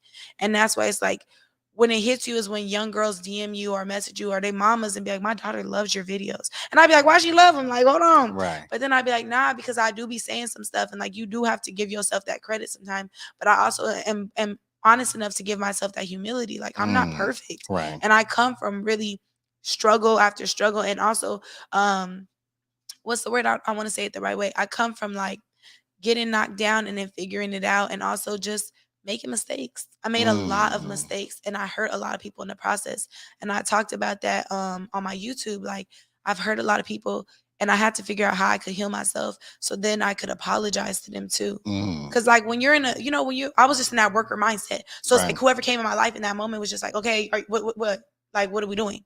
And you can't always be like that with people because everyone moves at different paces in life. And but I'm just big on, like, if you're not working, I can't be around you. And that's not always fair to people. It's not. You know? It's so not. I had to check myself, and I have. And that's why right now I'm just big on, like, I'm big on peace. I'm big on healing. I'm big on accountability. I've always been big on that. Because if you don't hold yourself accountable, guess what? Somebody else will. And they damn sure will. Yeah, someone's always watching. Right now, somebody's watching. 10 years from now, they're gonna be, I remember she did that podcast. She said, whoop, whoop. You know, so because I know that someone's always watching, not that I be on my P's and Q's, but I just be honest. I just be my most authentic self. Walking in your truth. Yeah. You know what I'm saying? Oh, I'm big on walking in my truth. And that's it. You know? Yeah. And it's rare. Unfortunately, it's rare in this day and time that there are many people that will actually walk in it because they're trying to fill some type of shoe, Yeah. whether it's a societal shoe or it's just something that somebody held them to that they need to kind of be to that point right there, which Yeah, is which but is causing them not to be themselves. but that's why podcasts are so powerful. Ooh. It's like people always want to be, I ain't watching all that, it's too long. Let me tell you something. You can't Mm. fake it in no podcast because after 10, 20 minutes of talking, it's going to come out. It's gonna come out. It just is what it is. So I have so much respect for people who are even able to, one, set it all up. Right. You know, to be the person in like this, you're the face for this. Right. But also even bring people into this setting because you're finna break them down. And then to sit here and really, you know, because I've watched, even just like I watch Boosie sometimes on a podcast. Mhm. I'm like, Boosie, you be doing too much, but he be speaking some facts. And they can't take that from him. They Like, can't. yeah, especially Because artists. he walks in his truth. He's so transparent. And people be like, dang, I'm not gonna lie. Because, you know, they give you that soundbite. Whatever that one soundbite is that they know Boosie said something crazy, that's gonna go viral. But then, and not just him, most people who get on podcasts, they take that one part of it. But then if you really listen to what people are saying, it's like a lot of these people really be letting you know the game. They, you know, and they tell you it wasn't overnight, but we just assume, nah, they got it overnight. It is a everyday working on yourself process in anything you do. I don't care if you a nurse. It's a grind. Yeah, like you got that. It took some time to do that. Like this setup takes time. Right. Not even just the setting up of the lights and the mics and everything, the editing it, the going back, make sure everything's good, make it, you know, for you to even put yourself out there is so different. And see, and that's what people don't realize, right? Yeah. So it's been a year now. Oh wow. So it's been exactly a year, and because one, you can't fake nothing. No. You know what I'm saying? Because you're putting yourself out there. Mm-hmm. You know, and you open yourself to anybody to jump into a comment and say something, whatever. And the difference with mine is my shows are 100% live, unedited. Oh. You know what I'm saying? Yeah. So none of my shows have ever been shot, recorded. I like that. They've always been live, you know, because that's the openings I want to have. Mm-hmm. You know, so somebody can put in, if somebody hate me or whatever, they can just come in there right, you know what I'm saying? They could do it. You know what I'm saying? Never had it. Mm-hmm. And he never. Yeah. Nobody's ever done that. And I don't know if it's because they see what I'm doing, that I'm trying to celebrate. They read the room, I'm celebrating people. Yeah. You know, and I only bring people here to really celebrate them. Yeah. And I like that because, you know, it's like, I think we all be forgetting to celebrate ourselves. Like, I remember when I hit 100K, I was like, okay, cool. I posted on Instagram. I kept pushing. And it was like, you hit 100K on YouTube, bro. You had nothing. You started with zero. No one shouted me out. I had to work my way into the rooms. Yeah. Right. And then not even that, even doing other videos sometimes don't bring you nothing. You know what I'm saying? Yeah. That's why sketches are a barter system. That's why stuff like this is a barter transaction, because it's like, it may just, you could have the biggest of the biggest person in the room. Mm-hmm. If the content is not there, if the vibe is not there, it's not going to click. Right. It just is what it is. So you had to set this up. Right. Like you just said, you made the show your way. And that was the first thing you said when we said, I'm like, oh, it's not no Q&A. Right. Because I'm so used to think, you know, a lot of podcasts like that, and nothing wrong with that. You know what I'm saying? Shout out to all the other podcasts. Yeah, shout out to them, because that's what they do. Yeah, do your thing. But, you know, finding your own groove in this industry is hard in itself. Right. But when you get people to open up and drop that wall, which a lot of us won't do because we want to be, no, I'm good, I got it together. Or they won't have a chance to do it because the show is going to be so short. You know, they trying to get the sweet spots out. Yeah. You know what I'm saying? Yeah. And also, it's like people want to put their best foot forward. So, but like you said, people ain't even getting celebrated. Yeah. A lot of people feel like, why would I even be on a podcast? What do I have to bring to it? And it's like, you know, a lot. And some people say that even when I select them to come. See, everybody's selected to come. Okay. You know, so it's a bunch of people that want to come. Yeah. A bunch of people, like, you just don't know. I mean, really. But now I'm tapped in. It's weird. It's weird. I'm like, they really want to come on? Yeah. I mean, I'm talking about like several hundred people that want to come. They're not even in the state. Good. And it's I don't know if maybe it's the experience they want. I don't know. I think that's what it is. Experience. It's the experience, and you're a vibe. You know. Yeah. And so it's just one of those things where it makes me continue to stick with what I stuck with from day one. Mm-hmm. You know, people like, you know how to do this right here so you can monetize it. And then, you know, you ask for all these followers and stuff to get people who got, you know, and I don't do any of that. No. When did I advertise the show? Today. Yeah, wait, hold on. Let me say something. But I'm saying when people do it though, but what I'm saying, but no, any show I have, you know, when I advertise the day of the show, that's not what most people would do. True. Because they want somebody, or they try to grab people. They got all these followers or whatever, right? I can have people that got crazy followers on my Yeah. show. I can have artists on, you know what I'm saying? People that's established, but it's not that. It's not about it. I have the dumb rule.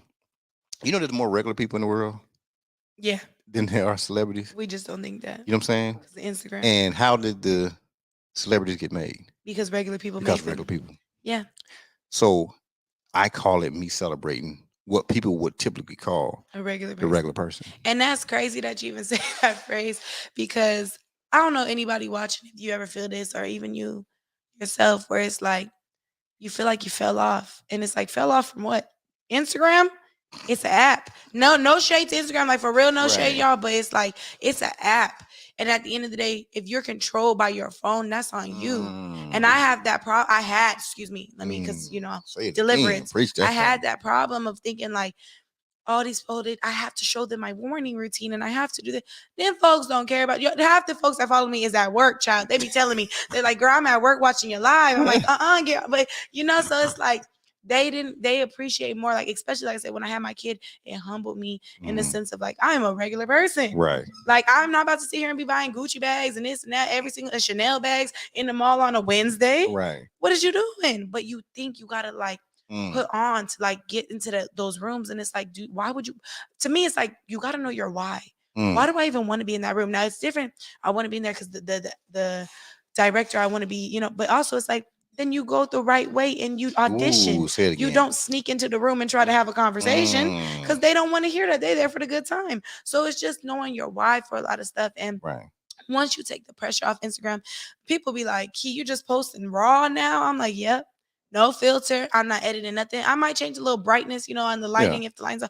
I'm not putting no filter on me no more. I don't care. You don't need none. But I felt that way. Did you? I did. Like you And can you know see what? it on my IG. And I apologize because by me even saying that, you know what I'm saying, I was wrong for saying that. No, you So wasn't. when people say, "Oh, you don't even need," you know what I'm saying, but you don't know what that person feels like. Yeah, but you no, get what but I'm it's saying? okay to say that because sometimes we need to hear that. Like, Mm. and I understand. Don't get me wrong. I understand the climate of the world we're in right now is sensitive. Right. A lot of people are sensitive, and we just came out of something crazy. But at the same time, it's like I'm telling y'all, like from Kiera and Nicole, you don't need that. Just be yourself. Like because guess what happens? This is the problem with doing too much. And I'm not saying don't wear makeup, ladies. Wear your makeup, honey, when you want to. Yeah, wear it if you need it now. Yeah. Goddamn, shout out. Some people need the damn makeup. Now, yes, some of us we need it, you know now. what I'm saying? But even if you don't, Right. at the end of the day, I'm saying just be true to yourself. Because listen to me, when you show up in someone's face and they get to see you, this is the most embarrassing thing. And I'm saying it as a creator. When you show up and you don't look like yourself. Ooh, because then somebody has to be held accountable. And it's going to be you. Because they like, hold on, you done use every app you can use. Just be you, baby. With every curve, with every crevice, with every dimple, with every, dip or whatever. You're beautiful. Because the thing I've learned, the most beautiful people are not the people who look good. They're the people who are good within. No, not even natural. No, when I say natural, just who they are. Just who they are. Like, because you can't fake that. At the end of the day, can't nobody take my talent from me. And once I look at it like that, it doesn't matter who the next girl is or the next guy is. I'm Kiera Nicole, and I'm in my lane. That blueprint. And and that's that blueprint. And it's also like I've always been like, I don't need no blue check to validate what I got. I'm good. And that's who I miss. Like, that's who I was for the longest. That's how I got in the industry. That's how I got in the game. And I let myself change based off others' opinions. Never do that. But it takes a level of humility and honesty to even say that. Most people be like, man, I ain't never changed. Nah, I always been this way. Whoop, whoop, whoop, whoop. Right. And then it's like, well, where's your day ones then? Because your day ones know you. And that's why a lot of people do cut their day ones off, and for other reasons too. You know what I'm saying? Because some of y'all, some of y'all got cut off because you was asking for some money. They need to go. Some of you had to go. Need to go. Yeah, because we change. We're always changing. But however, I'm just saying, like, people who really know you. And that's always been my aunts. Like, my aunts have known me since I was in the womb. So, they're like, we've seen so many sides of you. Right. We know that you're beautiful without all of this. Right. We know you're funny without this. Don't ever forget when you post, you're just posting for the world to see it. But no matter what, whether it gets 1 view or 1,000,000 views, you are still talented. And again, can't no one take that. I don't know who needed that. I feel like somebody needed to know that they were some people needed worthy, that. Some people need it right there. Hey, check this out. We're gonna hit another commercial real quick, then we're gonna come back. You know what I'm saying? Get a couple more questions and stuff like that. Well, not even questions. I don't even know. I'm lying on questions. Yeah, hold on. So I need to jump back into I'm gonna throw the J Love Counter Company on there, and then I'm gonna hit you with the Jaw Juice again, and then my girl. when you know it's time to get the mood right.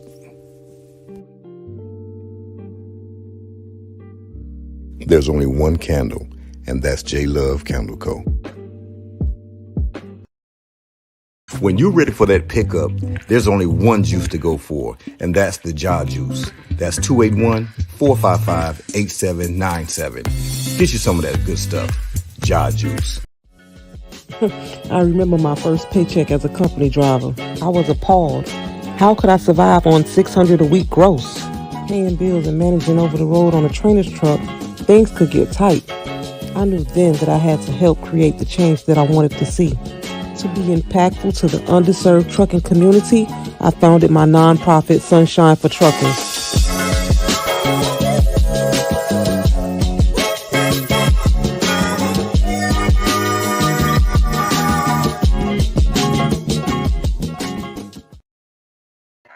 Shout out to the damn Libras in the building. Who you shouting out? What sign you shouting out? I'm shouting out all the Scorpios in the Oh, building. damn Scorpio, they stinging everybody. This is wow. No. We just be telling the truth. We just, you seen it the whole show. We just been honest and lied. All right. So, if you think about all these things that she was talking about in regards to just being a creator, content creator, things that people go through during the process. The fact that when she had a baby, she had to take that time off for a minute, whatever. Just the processes that people go through, man. You know what I'm saying? And people think certain things are easy. She talked about it. They'll sit down there shooting on 16-hour days shooting. You know what I'm saying? We're talking about on a daily basis, bartering. And for free. And I that's what I appreciate. And that I don't know if you accomplished a lot of that here in Houston, have you? So Houston, people seem to be wanting something. Yeah, Houston has been different. No. I'm a shout out. Who's shouting out? I'm shouting out Houston, but Houston has been different. Houston is definitely different than LA when it comes to comedy sketches because they're doing more like pranks and couple stuff out here, which is dope for them. That's not my lane though. Okay. However, I've learned to be like again, barter it. I'll be in y'all prank, y'all sketch, whatever y'all need me for. I got you. But y'all got to be in my sketches. Okay, got it. And so that's how it's worked for me in Houston. Houston has been more of a businesswoman city for me, though.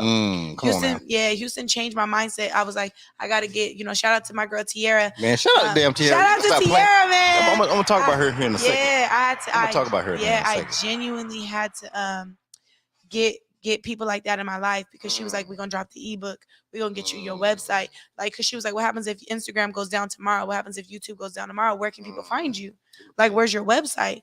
And she was the first person to really say something like that to me. Like, because when I thought management, I'm like, oh, yeah, we finna do these videos and they finna be booking me for this and that. And it's like, it's more than that when you think about management and being a businesswoman. Like, being a Black woman in general in business is already hard because you know what I'm saying? You have to just do things a certain way. Like, I'm sure, even for yourself, having a lot of different businesses, like you realize having an LLC means absolutely nothing. Like that's the first step, getting your LLC, but like that's just a piece of paper almost. So it's like buying inventory, right? Because I have a lingerie line. Shout out to Lavish Lace Lingerie. Who? Lavish who? Lavish Lace Lingerie. Ooh, that's my Lavish lingerie Lace. line. But so it's like I had all these different things and I was buying all these products and I was supporting a lot of other people's products as well. And I started being like, yeah, I need management because I don't know what I'm doing. And it's okay to say you don't know what you're doing. It is because certain lanes are not your lane. Yeah. You're not a 10 in that lane. You're Definitely 10 in the lane that you're in. Yeah, I'm a 10 as a creator. Right. When it comes to like that business side, your girl's like a 6. Yeah. And if you're a 6 and you know somebody's a 10, why not get that 10? You get what I'm saying? Yeah, and it's hard to give somebody control over you. That's the thing. Yeah, because I am the brand. That's the thing. I am the product. So it's like, how do I allow someone else to come in? Like Kiera, she tells me like, Key, you got to post this, you got to post that. And I'd be like, nah. Like, I'd be like, I'm going to do it. But it's like, she's only seeing what I can't, And just the thing she like, because even with the ebook, I was like, I don't really want to promote the ebook like that. I feel weird. Right. You know what I'm saying? And she's like, why though? Like, because it's like, it's okay to want $14.99 for something, or even if you want $39.99, whatever your price is, it's okay to want that if you believe in your product. But you have to push your product. You can't just expect, oh, I dropped the ebook, I'm Kiera Nicole, they're gonna buy it. Everybody can do it, right? Yeah, no, they're gonna buy it because it's like, how they gonna buy it if they don't know where it's at? How they gonna, how people gonna subscribe to the website if you're not even promoting it? Right. Because we just assume, and that was the other thing I had to step away from being a creator. Just because you have a high following doesn't mean people checking for you. Right. Sometimes people follow you. How many people you don't follow and forgot you followed them? You know. I don't do that. No, I'm saying like you never. I feel what you say, but like really, like literally, Oh, you if I follow somebody, like, I'm Oh, checking for them. I like that. Because I'm very deliberate. Okay. So like anybody on Instagram, if I follow you, like I follow you. No, okay, but that's I mean more so like so how many people have you followed, right? That don't be promoting their stuff or be posting a lot, so you don't see them, so you kind of forget about. That's what I'm saying. Like so, it's like that being a content creator. I had that part down. I post every single day on every single platform. That was down. Whether it be on a story, a video, whatever. But when it came to being a business person, right? I ain't doing that. I ain't posting the website every day now. But I'm posting myself at the beach, or you know what I'm saying. I'm posting myself shooting. I'm posting myself with a drink. So it's like, well, what are you really trying to show? Because that's the other thing. People so niche driven now, right? So what do you do? I'm a jack of all trades, so I do a lot. So it's just giving it the right platform. So on my main Instagram, I post a certain way versus my backup page is more me as a mother. My TikTok is more of me covered up a little more, showing that different side because you don't ever want to get put into a category. And the only way you can break that out is speaking out. Right. Like, nah, that's not just me. Because if that was the case, if that wasn't the case, well, why do comedians do podcasts? Why do comedians go and do advertisements with Sprite or whatever, you know? Because they're showing you they're a jack of all trades. Definitely. And so they don't want to just be grouped into I'm only a comedian. Right. And most of the time, if you are a comedian, an entrepreneur, when it comes to content, you can pretty much do anything. You're basically, I'm not gonna say you're a full-on actress or actor, but you can kind of do anything. Right. If you're willing to put yourself in front of a camera and speak, and you can pretty much do it. Right. You just have to be consistent. And you have to show up for yourself, and you have to make sure you have it organized. Because now I'm not telling y'all go make your own podcast. Because guess what? I want a podcast. No, I do need some advice. I'm saying, shout out to the shout out to one. Yeah. Hey, I give it to you. Now for us, because I be wanting to do it like just on some real stuff, but talking to other boss women about how they do it and like being a boss in your own lane. Because it's like being a boss does not mean you got 10 Chanel bags. And I'm gonna keep saying that, y'all, because I don't know who needs to hear that. Like being a boss is so much more. Yeah. What are they saying? I don't know. Yeah. They saying they watching. Make sure y'all go over to the YouTube, y'all. So y'all. I thought y'all were saying something so we could make a Oh comment. no, they said bro's eyes hard. Keep.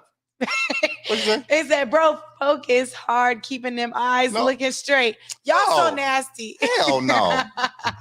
Shout out. Watch the whole tape. You see. Listen, I'm a grown man. This grown man. Yeah, no, it's okay because you know they're childish in the comments. You know what I'm saying? I know how she look. You know what I'm saying? You know, yeah. You know, you can look at something one time. You know what I'm saying? When she came up, I looked at when she came up. You know what I'm saying? Because I seen you. Yeah, I had to see you when you came up. No, but it's like one of those things. Somebody could be like, yeah, look at that. But her. You know what's so funny? People always be like in the comments after the sketch, they be like, I know they was smashed. And I'm like, it's a sketch. We had like there was literally 6 or 7 other people in the room. And then it's like millions of people are gonna watch. It's like, what are y'all thinking? Right. But it's so easy to go to the butt of the joke and miss the whole process of it. And y'all are actually doing the art. Y'all in it for the art of it. Oh anyway. Yeah, I mean, it's a whole different perspective. You know it's like anything you do. It's like when you're a basketball player in the NBA, they train. Like we don't show up to sketches just empty-handed. Like okay, so this is my video. Like sometimes people do it, but that's only if you like super cool with those people and they know your personality and they know improv. Shout out to being improvable. You know what I'm saying? Okay, because everybody cannot improv, y'all. And that's what podcasting about.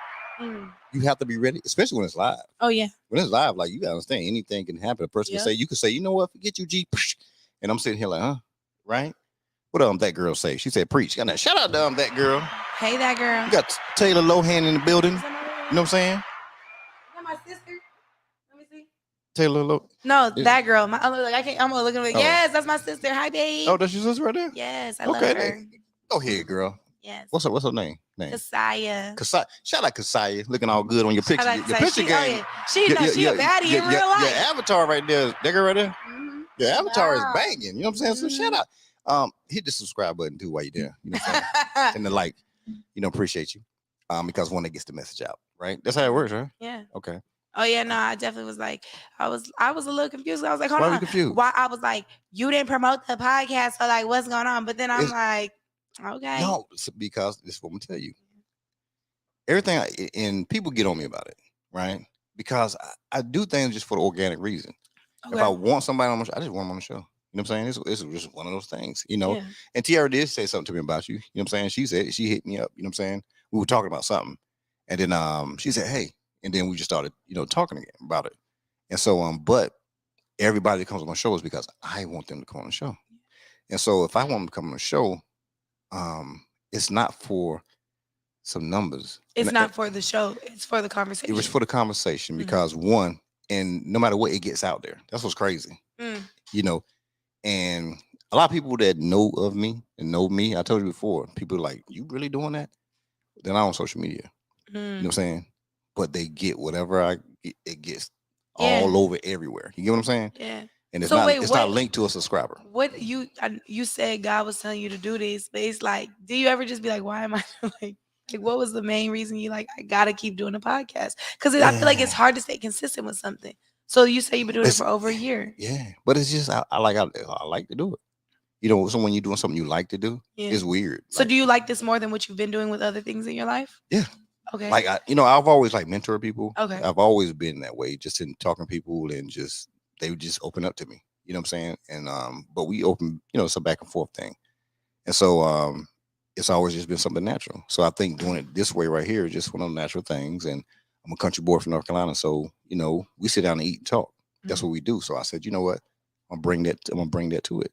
Yeah. Just sit down and we talk. Everybody's comfortable. There's nobody that's ever come on here that's never not been comfortable ever. Yeah. You know what I'm saying? I usually tell people, I tell everybody to bring somebody because I Okay. want them to have experience with somebody. Mm. That's what I want them to do because it's just one of those things. You have an experience with somebody that you know. And Wait. go ahead. I was gonna say what's crazy is too, like how you said, just it's so weird because I'm so used to like how you said like it's live, it just is what it is. So Right. it's like we're not used to just people just kind of like doing that. Like how the world has become where it's like you gotta be perfect and everything is a certain way. So it's like these type of conversations ain't even being had on Right. podcasts or like Exactly. you said, we're discussing other people's events and everything else that everyone else is discussing. So it's like it's not really organic either way because okay, these 3-4 topics gonna be talked about. I had no idea what to expect, y'all. Like, And that's good. And that's why I don't even talk to the person that's coming on the show. yeah, I was like, hold on. I know it's weird, right? I was scared. Yeah. So I don't I'm like, slingshot. because my thing is I want to learn just like everybody else will learn. You know what I'm saying? So I don't want to be like, oh, I know this from about the person. Like, no, I want to, and that makes it organic because it's kind of like that's the smart way to do it. Yeah. Right. And I mean, there's so many different type of podcasts too. True. So like you just say, this is its own lane. It's not like, oh, we're only going to be talking about relationships in this podcast. Like we done talked about a million different topics in one. So I'm like, okay, now I'm like, hold on, I want to come back. and we talked about who? You talked about who? You. And it never gets to be that in a lot of cases. Well, in general, how many of us talk about it? I mean, like we all tell what's going on in our lives, but normally we talk Right. about the bad stuff going on in our life. Right. You know what I'm saying? We never just talk about our because I feel like nowadays, again, this climate, it's like you don't even want to celebrate yourself because you feel like I ain't trying to throw it in nobody's face. So I'm doing good. Right. Like, and it's like that's why I say the day ones, you like how we said, they do change. Yeah. Because people who want you to win just want you to win. Don't they? And yeah, and they don't. And it sucks sometimes. It's people that don't even know you. All my supporters on YouTube. Shout out to all my supporters on everything. You said shout out. What you even hit? Shout out to all my supporters on YouTube, Facebook, Instagram, Twitter, all of it. They don't. Most of them, I'll say like 97% of them have probably never met me in their life, and they tune in to anything And that's crazy. and everything. Right? Yeah, it's almost scary. It's like, dang, why is the world like that? And sometimes I'll be feeling like after you meet somebody, it's like, I'm like, are you still gonna be a supporter? But they normally do. But it's just like, yeah, like I think that was another lesson I had to learn with doing this little lifestyle. It's like you don't gotta be because we're so worried about the views and stuff. The supporters will come naturally. They really will. They will show up to everything you do once they learn you. Because if you just doing something else for someone else, or like even with TikTok, right? The sounds, like people are just doing other people's sounds. It wasn't until I just started talking on TikTok, like, hey, what's up, y'all? It's your girl Kiera Nicole, or I'd be like, today, me and my daughter, instead of even trying to do the whole what's up, y'all, just like, why did my daughter just posting my real life is when I just started blowing up on there because it's generic. It don't look like it's pitched. Yeah, it doesn't look staged. Right. That's what I'm saying. Like showing up just natural and for yourself, or just when I say natural, I mean just in your state. If you're in a bad mood, be in your bad mood. I mean, don't bring that to nobody else. But I'm just saying, if you're not feeling it on one day. You ain't gotta post. Right. You ain't gotta do all that. Like, but if you feeling it, that's the best time I feel like to post when you feeling yourself. Or people come on the show, they be like, oh, gee, can I? Because I ain't gonna lie, mostly females. It probably mostly 95 to 97% of the people that come on this show are females. Oh wow. And Hey it's ladies. and it's because I think men in some cases don't want to be authentic. Mm. They want to, you know what I'm saying? They got to What you trying to know all this show for? with and I don't even want to know nothing. I'm just like, yo. Yeah. But the guys I have brought on the show, I mean, they're just like you know what I'm saying? They just go ahead and they talk, but it's just one of those things where, that's just unfortunately is how it is. But It's sad. I like But it's gonna grow. You know what I'm saying? Because maybe Oh, yeah. even bringing the girl. But I have a in lot of with her. male guys to watch the show though. Yeah. That's Oh just yeah. Yeah. crazy. The guys. I don't know why y'all men so hard headed. Just come on the show, y'all. know. Just let that guard down. I don't know what it is with Yeah. men. I feel like a lot of men too let that guard down when it's too late. Unfortunately, Mm. it's like I'm talking from a relationship standpoint. Yeah. Like as women, it's like we're so sensitive and we be taking so much until you're like, man, I don't care no more. Like, dang, be sweet with me. Like, Right. what's up? Why you got to be all hard all the time? I know. And then y'all be like, man, baby, I love you. Like, I'm trying. Nah, you trying to too late. That's why we tell guys. I'm like, listen, man, I be trying to coach dudes. Mm. Man, stop being on hard time, man. Go have fun. Go celebrate with me. Go to the club. Don't go where I'm trying to go to the club and look better than them. Just go. And then just go and just have a conversation with them, right? Yes. Because I'm gonna go up in there with some Chuck Taylors and whatever, and I'm gonna book everything that you're trying to book. That you don't spend $3,000 on an outfit. I'm gonna go up in there with probably $100 worth of gear on, right? Collectively, without all the shiny stuff. But I'm gonna have a conversation. Yeah. I'm gonna be able to talk to Conversation him. go a long way. I'm gonna be able to talk to him. You know what I'm saying? And the next thing you know, you look. Wait. Now you hating. Are you gaming them when you talking to them? Are you being real? It's genuine. Okay. No. But this is what I'm saying. We're not saying a conversation to get anything from them. Just to A talk. conversation. See, that's the thing. When things can be, we should be able to just talk to people. Yeah. This has nothing to do with a woman. You know what I'm saying? Or a guy. Just talk to him. But and talk to him, and then like after you finish talking, hey, okay, it was good meeting you. Bye. Yeah, and I'm gonna tell you right now. Keep it real. This is a tip for all the fellas. Keep it real. You walk up to a woman, right? What Mhm. you drinking? Okay, boom, boom, boom. She get her drink. You just talk to her about how was your day at work, or what's going on in your life, and then boom, all right, you had a little conversation with her. Just walk off. That's it. I ain't even gonna lie, because like I said, I used to date women, so I be trying to game dudes sometimes. When I was in my single days, I used to. Yeah, shout out. She you saw when she went to the transition. No, when I was No, because it's like I really used to walk up to the bar and dude like, what you drinking? They be like, what? Because they think you finna like, oh, buy me a shot. Oh yeah, let's get another Hennessy. I'm gonna take whatever. And then I just talk to him for a little bit and I walk off. And like it really do be working. And I'm not gonna lie. But sometimes I really just be wanting to talk to people because everybody's perspective on life is different. And that's the reason why a conversation should happen. Mm-hmm. And it shouldn't be an issue because somebody have a conversation and walk away. Yeah, like a guy. And I have daughters, right? So I tell them all the time, like, listen, as they were growing up, like, yo, every guy that's conversating with you is not trying to get at you. Oh yeah. Understand that you're gonna learn something from these people. So if you think that every guy that's talking to you is trying to get at you, then what are you really gonna learn in life? Yeah. You're not gonna learn too much. But also, it's like I just want to throw this out there because you say don't throw it. Shout out, throw it. Your daughters, what age range they in? 30 and 25. Okay, so they in the Instagram age too. Yeah. Okay. And when I'm out in LA. Okay. Oh wow. You know what I'm saying? Yeah. Okay. Hold on. Hey, sis. You know what I'm saying? Shout out to the young Frizzy Bree out there doing big things. Period. So they already, especially if she in LA, she know a lot of men lead with, "Let me get your Instagram." That is the worst compliment conversation. I just because it's like, why do you want to I'm here right now. Right. We're in the now. Like I literally have had so many dudes walk up to me and get my Instagram and then just walk off. Oh, she's beautiful. Ah, yes, Frizzy. Yes, baby. We gotta be friends. Goddamn, shout out to Frizzy. We friends now, Frizzy. You know what I'm saying? Wait, how old is she? 25. I'm 26. Okay. No, wait, I'm 25. What's her birthday? Look, I'm January. Capricorn. Or Capricorn or Aquarius. January 9th. I don't know what that. I don't know what sign that is. You have to learn the signs. Yeah, I don't know. Everybody be like, I don't want to learn that. Learn your sign. Yeah, I know mine. Shout out to you, sis. But yeah, like I think that's the worst thing to men can lead with is getting somebody because it's so impersonal. Yeah. Like now he feel like he know you, right? Because let's be real, everybody posts different. You know what I'm saying? Like if I follow her right now, I'm like, hey girl, I don't know her. She don't gotta respond. But you feel this pressure like you have to respond to people now. You know, great conversations when a guy don't even ask you your name. No, You ask just me my you name. just no, this is what I'm saying.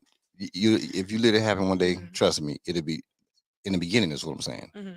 Before he leaves, you, he's gonna ask you what your name is Mm. because what happened is the conversation was just so good that names weren't even important because it was conversation. Oh yeah, like it's like I didn't even get your You name. get that's what I'm Yeah. saying. See, shout out to me. You better look back on No, it. no, no, no, no. Act I like I have don't know had, what you're talking about but you now. know what? I have had Don't some play. conversations like that, but some Don't of y'all play. be lying. See, Tell me your real name. but see, y'all be giving out them club names too now. Mm-hmm. My Kashada, name Trudy. Keyshada, yeah. Trudy. Oh yeah, Trudy with the Trudy's a booty hot go. name. Go You know what I'm ahead. saying? Shoot, I'll make up a whole name. My name is Kashonda, and Kashonda. or I'll give you a different name. My name is Brittany. Yes, have a Mm. good one. I normally say my name Kiera, but you know what's worse? Okay, what What's you feel that? like is worse? What's When that? somebody come up to you and know you, but without you knowing him, you feel like that's kind of weird. Yeah. I don't really like Yeah, that. because I had that's a, being sneaky. yeah, I had Because a dude. you already know. You So plotting. so I so had a say dude you do me know. like Say that. you know. Yeah, no. When I went out to Lock Bar the other night, Mm-hmm. he said, "What's up, Kiera Nicole?" I said, what's up?" Uh-huh. And he just walked away. Okay. That scared me. He was just saying No, what's up. nah, because I feel like you're trying to set me up. How, why you know my name? Why do Why you know my y'all think? Why name? is everything bad? Because why you know my? Because he didn't say like, "What's up? How you been?" Or like, I've Right. seen some of your videos. So He he didn't said, put nothing to it. "What's up, Kiera Nicole?" and walked away. Well, maybe it'd be the same thing if he just said, hello, beautiful, and walked away. Because guys say that, right? Okay, that Right. might have been better. But he maybe because he didn't want to lie, he'd be like he knew your name. So I was like, oh man. Yeah, it just Because to scared me. him, okay, listen, to him, it could have been this way. Damn, that's Kiera Nicole over there, Okay. right? Oh man, that's Michael Jordan. Let me walk over there. Hey, Michael Jordan. Hey, and then walk off. See that you Yeah, got I said hi. embrace the celebrity. Uh, Embrace the celebrity. I definitely said hi, but I was a little scared, y'all. He definitely called me up. Embrace the celebrity. See, you have to embrace it though. Yeah, but Come you know, on I now. think it's like it depends on where you're from because I'm so LA, so it's like in LA Guards we up. be like, you finna rob us? Like what's going I on? Like know. or it's like because me, I don't get starstruck by nobody, so Right. I don't ever feel like I'm somebody if that makes sense. And I can So get yeah, that. I can get because that. when I moved here, it's like people noticing me from the sketches, and I'm like, Uh-huh. I thought they was playing jokes with me. I swear to you, I thought my baby daddy paid them at one time. We went to Dave and Buster's to say hi to me because they knew who I was and they were so excited, and I was scared because I'm like, either y'all finna rob me Right. or y'all this is a prank, and I don't want to act like I'm excited, and y'all, but they really knew. Well, how So. you feel coming over here today? Then you like, oh Lord. Yeah, No, no, real talk. Keep no. it real. Keep it real. No, coming over here. No, I was excited. I needed this. Like genuinely, I needed this. So, But you didn't know how it was gonna be though. I So didn't. so pulling up. Well, no, see, today was already a kind of a hard day. I had some personal stuff going on, and Kiera was like, Uh-huh. "Do you want me to tell him you need to reschedule?" Right. And I was like, "Nah." Like, one thing about me, and I hope whoever needs this needs it, but it's like, don't ever not show up for you based off somebody else. Like, I don't do that. Like, I'm coming in with everything that I got, and I'm gonna be Right. honest and transparent. I could have been on here like, yeah, nah, like I'm gonna give you every piece of me because Right. that's not fair to you. Especially if you already, like you said, you don't even do shows on Friday. I didn't know that. Yeah. So had I have canceled, even if you would have been like, I understand, it's like, no, show up for yourself because your brand is like your resume when you do stuff like this. Right. So it's just word of mouth. Like you put out a bad image, even if it's something so little as not showing up, it's like, oh, she's not serious about this. And I am serious about myself. So I'm gonna show up to especially the fact that you even wanted me on here. I'm like, I need to be there. So I Right. need to go. And I was like, let me text you because it was traffic. And I'm like, I Yeah. don't want you to, think I'm one of those people because I really am so serious about content and just like right now living in my truth. And right now the truth is that like I be having my moments like Right. because I'm so dedicated to rebranding right now and putting my best foot forward. And sometimes that comes with having bad days. But Right. really, you just gotta push through it because I had a bad day earlier. But not even a bad day. I had a rough morning start. Right. And I feel so great after this. So whatever it was that God already knew this was gonna happen. And I needed to be here. I needed to get that off me. Right. So maybe someone else could see, like, dang, she really just pushed through that. Because they don't know. No, True. I don't post. I True. mean, I ain't posting my business on social Right. media like that. And it's not because I don't want people in it. I mean, some things are left private. Oh, definitely. And that's what this world has to understand too. Like, we all want to post our relationships, our posts, what we got. Be careful doing all that. Come on. Everybody doesn't have to know everything, and that's okay. Don't put it out there. This is my opinion. You know what I'm saying? Oh yeah, no, This no. is my strong opinion. I just personal life is personal for me. Yeah, You know what I I'm don't saying? get how people I would even be never posting I would money. never put my personal life on any type of Even social so, your anything. family and like your It's relationships, it's all secret. it ain't secret. Not secret, but private, kept to It's yourself. private. Like nobody know. What is the reason for that, if you don't mind me asking? It's just I'm just that whatever I give somebody is what I give them. You know what I'm saying? And I told you like people surprised I even did a podcast because one, they know how private I am. And for me to even open myself up to that, that's fine. I'm opening whatever. Shoot me, kill you, whatever you got to do with me. But anything other than that, you know what I'm saying? That's putting things on other people. They may not ask for that. Exactly. I mean, that's one thing you definitely learn doing this industry stuff is like, I say industry stuff, y'all, because I mean, I do the sketches. So some people are like, what's she talking about? But it's like, your family and friends don't sign up for that. So whenever I share, it's my stories. That's why I was, like we said with the names and stuff, because whatever I've gone through with somebody, that's between us. You know what I'm saying? So hit the button on the head. Shout out to keeping some things, some things private, because it's like, people gonna hurt you in life and stuff like that, and it's like ain't no shade, because a lot of people when I do sketches, they be like, oh, she gonna out me. Nah, I'm gonna know how you did me though. I'm gonna keep it, but every single person I mentioned in just this talk or every story we went through, because we went deep, we went back. They all played their role for their season. So whether you here with me now or not, I don't have no love lost for you. You just couldn't come with me here. And also, it's like, what do I gain bashing you? Even when I did the series, I mean, like I said, I did the whole domestic violence series. I used it in a different way. I did it with a man versus a woman. That's not. I'm not gonna put that on her because a lot of people would know who she was. But at the same time, oh yeah, I didn't forget what you put me through, but I took that and I made something more than that. You didn't stop me. And that, don't ever let nobody have you in no box. I'm sure, you already know this. So it's like, for the people watching, like, this is your season. Whatever you're going through is temporary. I literally told my homegirl this the other day, I said, have you ever noticed how life just always seems to work out? We'd be like, nah, I can't do it. I'm giving up. Don't give up. It just always seems to work out. And sometimes it's in the matter of weeks, sometimes it's a matter of hours, sometimes a matter of years, but it always figures its way out. Always. So yeah. It is never not. And that's the thing about it.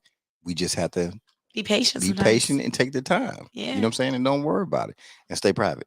Stay private, y'all. Stay private. You know what I'm saying? All right, so hey, we're gonna run into a quick commercial. They're gonna come back. We're gonna take phone calls. You know what I'm saying? And then we'll get ready to close this thing out. Yes. Phone calls. Okay. Make sure y'all go over to the YouTube on Facebook. Okay. Make sure y'all go over to the YouTube. Hey y'all, it's your girl Bree.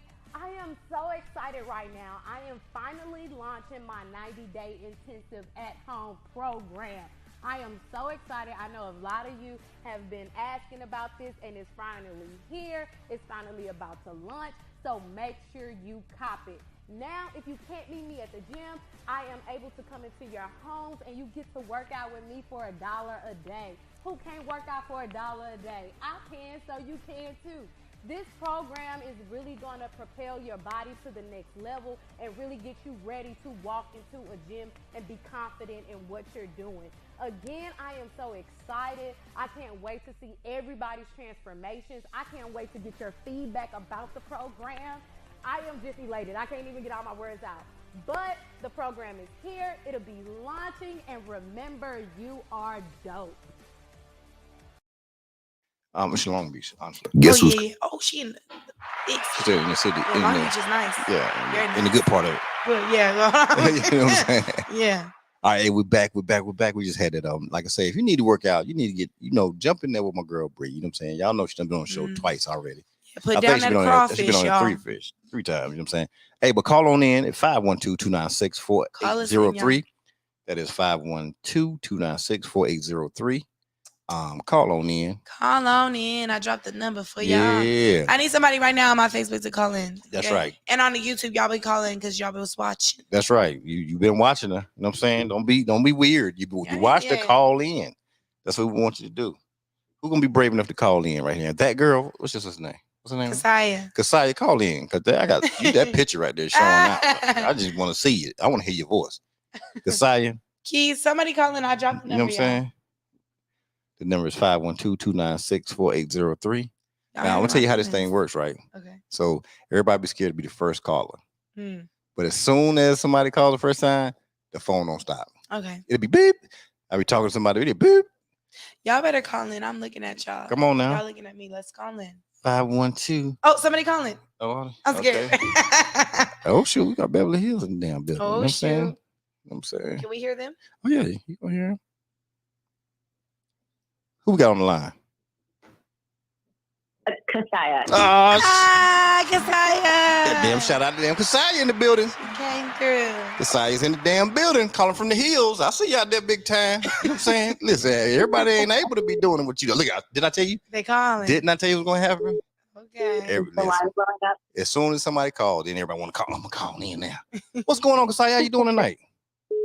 I'm good. How are you guys I'm doing? good. Oh, look at you. Shout out to the damn voice. Beautiful. The damn voice and not the damn avatar you got up there on the picture now.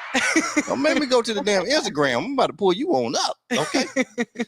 Hey, so tell me a little something about your girl right here. About me or about Kiera? No, about Kiera. Oh, what? Tell you a little something about her? Well, she's phenomenal. Mm-hmm. She's a huge inspiration, always has been. Oh, don't make me Such cry. an amazing sister and friend, and I'm so grateful to have her in my life. Man, So come proud on. of her. I love you. What's her best trait? Honestly, her heart.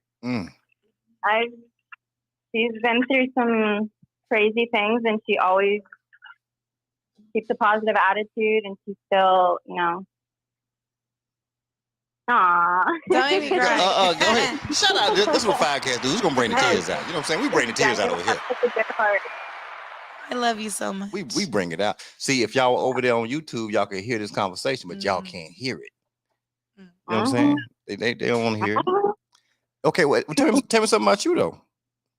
Yeah. I'm an artist out here in Houston. Yes, she is. is. You in Houston? She's in H-Town now. Okay, hold up. Shout out to you. Hold up now. You're an artist, like what type of artist? Visual. I paint. She's a painter. Like you paint, like your paint game is strong. Crazy. Pretty good. No. No, don't undersell yourself. I'm asking for a reason because one, so the place is it's a content house, right? And so there's certain areas that's gonna have art in it, right? In the studio, at the studio. So what I'm doing is I'm getting like 6 different artists. One, so it can highlight the artistry of the artist. So this way, when people do come, the photographers bring the people in and stuff like that, and they see the work. Now, what that does is it pushes that artist out, and this is different styles. Instead of having one artist do all the things I want them to do, you know what I'm saying? I want the different artists to do it. So I definitely would love to definitely contact you. I'm saying, talk to you.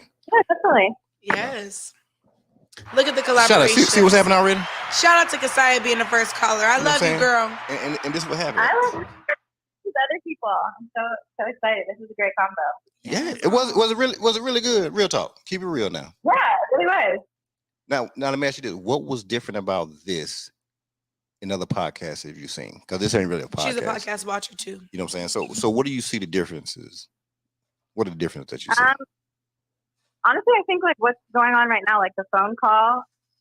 I know other people do it, but I've never really seen someone do calls like this. I think it's really dope.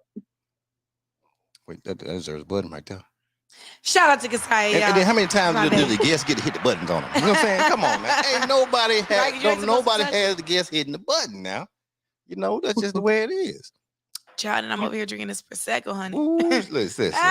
She has good salad up in here. You know what I'm saying? They don't even feed them on the podcast because I had like Come on, man. We doing it big over here. You know what I'm saying? Shout out once again, my boy. We have poppers. Ah. Like fancy. You know Papa those salads is expensive, child. You know, that's what she wanted. But shout out to my boy Don Craft, the Dream Home Realtor. You know what I'm saying? He made everything possible for the meal tonight and the drinks. You know what I'm saying? What she wanted. She got what she wanted. Whatever she would have wanted, she would have got it. So yes, thank you. She got what she wanted. You know what I'm saying? But hey, I appreciate. Okay. Period. I appreciate you calling in, Yes, and like you. I said, I look forward to contacting you. So one, that we can get out here so you can see what I'm talking about. Yeah. Oh yeah, definitely. So we can definitely make this happen. So one, I want you. Are you be locked in busy like all week during the week? Yeah. But I'll definitely make time. Okay. Get my info from Kiera. There we go. Okay. Yeah, I'll go with you, girl. Yes. Yeah. You be all right. You be safe too. Yeah, Come on you with good. You good. I would have started screaming for help, girl. Shout out to being safe. You know what I'm saying? All right. Love you, boo. Okay. Love you. You guys have a good night. Okay. You too. Bye. All right. Let's see. All right. Who's our next caller? You know Y'all, that was my girls, Kasaya. Shout out to Kasaya again. Y'all, her name, I just love it. I wanted to name my daughter Kasaya, and I asked her that. I was like, "Can I name the baby Kasaya?" Really? Yeah, she's my stepsister. Oh man. She was like, "Yeah," Good. but I named my daughter Kinsley, so we had to stay with the K's. Hey, what's up? What's going on? Who got on the line? Hey, this Willard. I'm just calling to show some love. That's all. Man, well, you showing what's some damn love, poppin'? man. We appreciate you showing love out here. You know what I'm saying? Yeah, definitely. Keep up the good work, Kiera. Aw, thank you. Much love. You know what I'm saying? And what's your name again? Willard. Big Willard. Okay, Big Willard called Aw, in. Big Willard, hey, much love, much love. We appreciate you calling in, Big Willard. Hey, can I ask you a question though? Absolutely. Why do you follow her? Because she's entertaining, she's talented, she's beautiful. I can't think of enough good things to say about her, honestly. Oh man. Oh, you're so sweet. You're gonna make me cry. How long you been rocking with her? I think it's been a couple of years now. Man. It was before Battered Love, honestly. Wow. You see what I'm saying? Look at the impact. Wow. Look at the impact.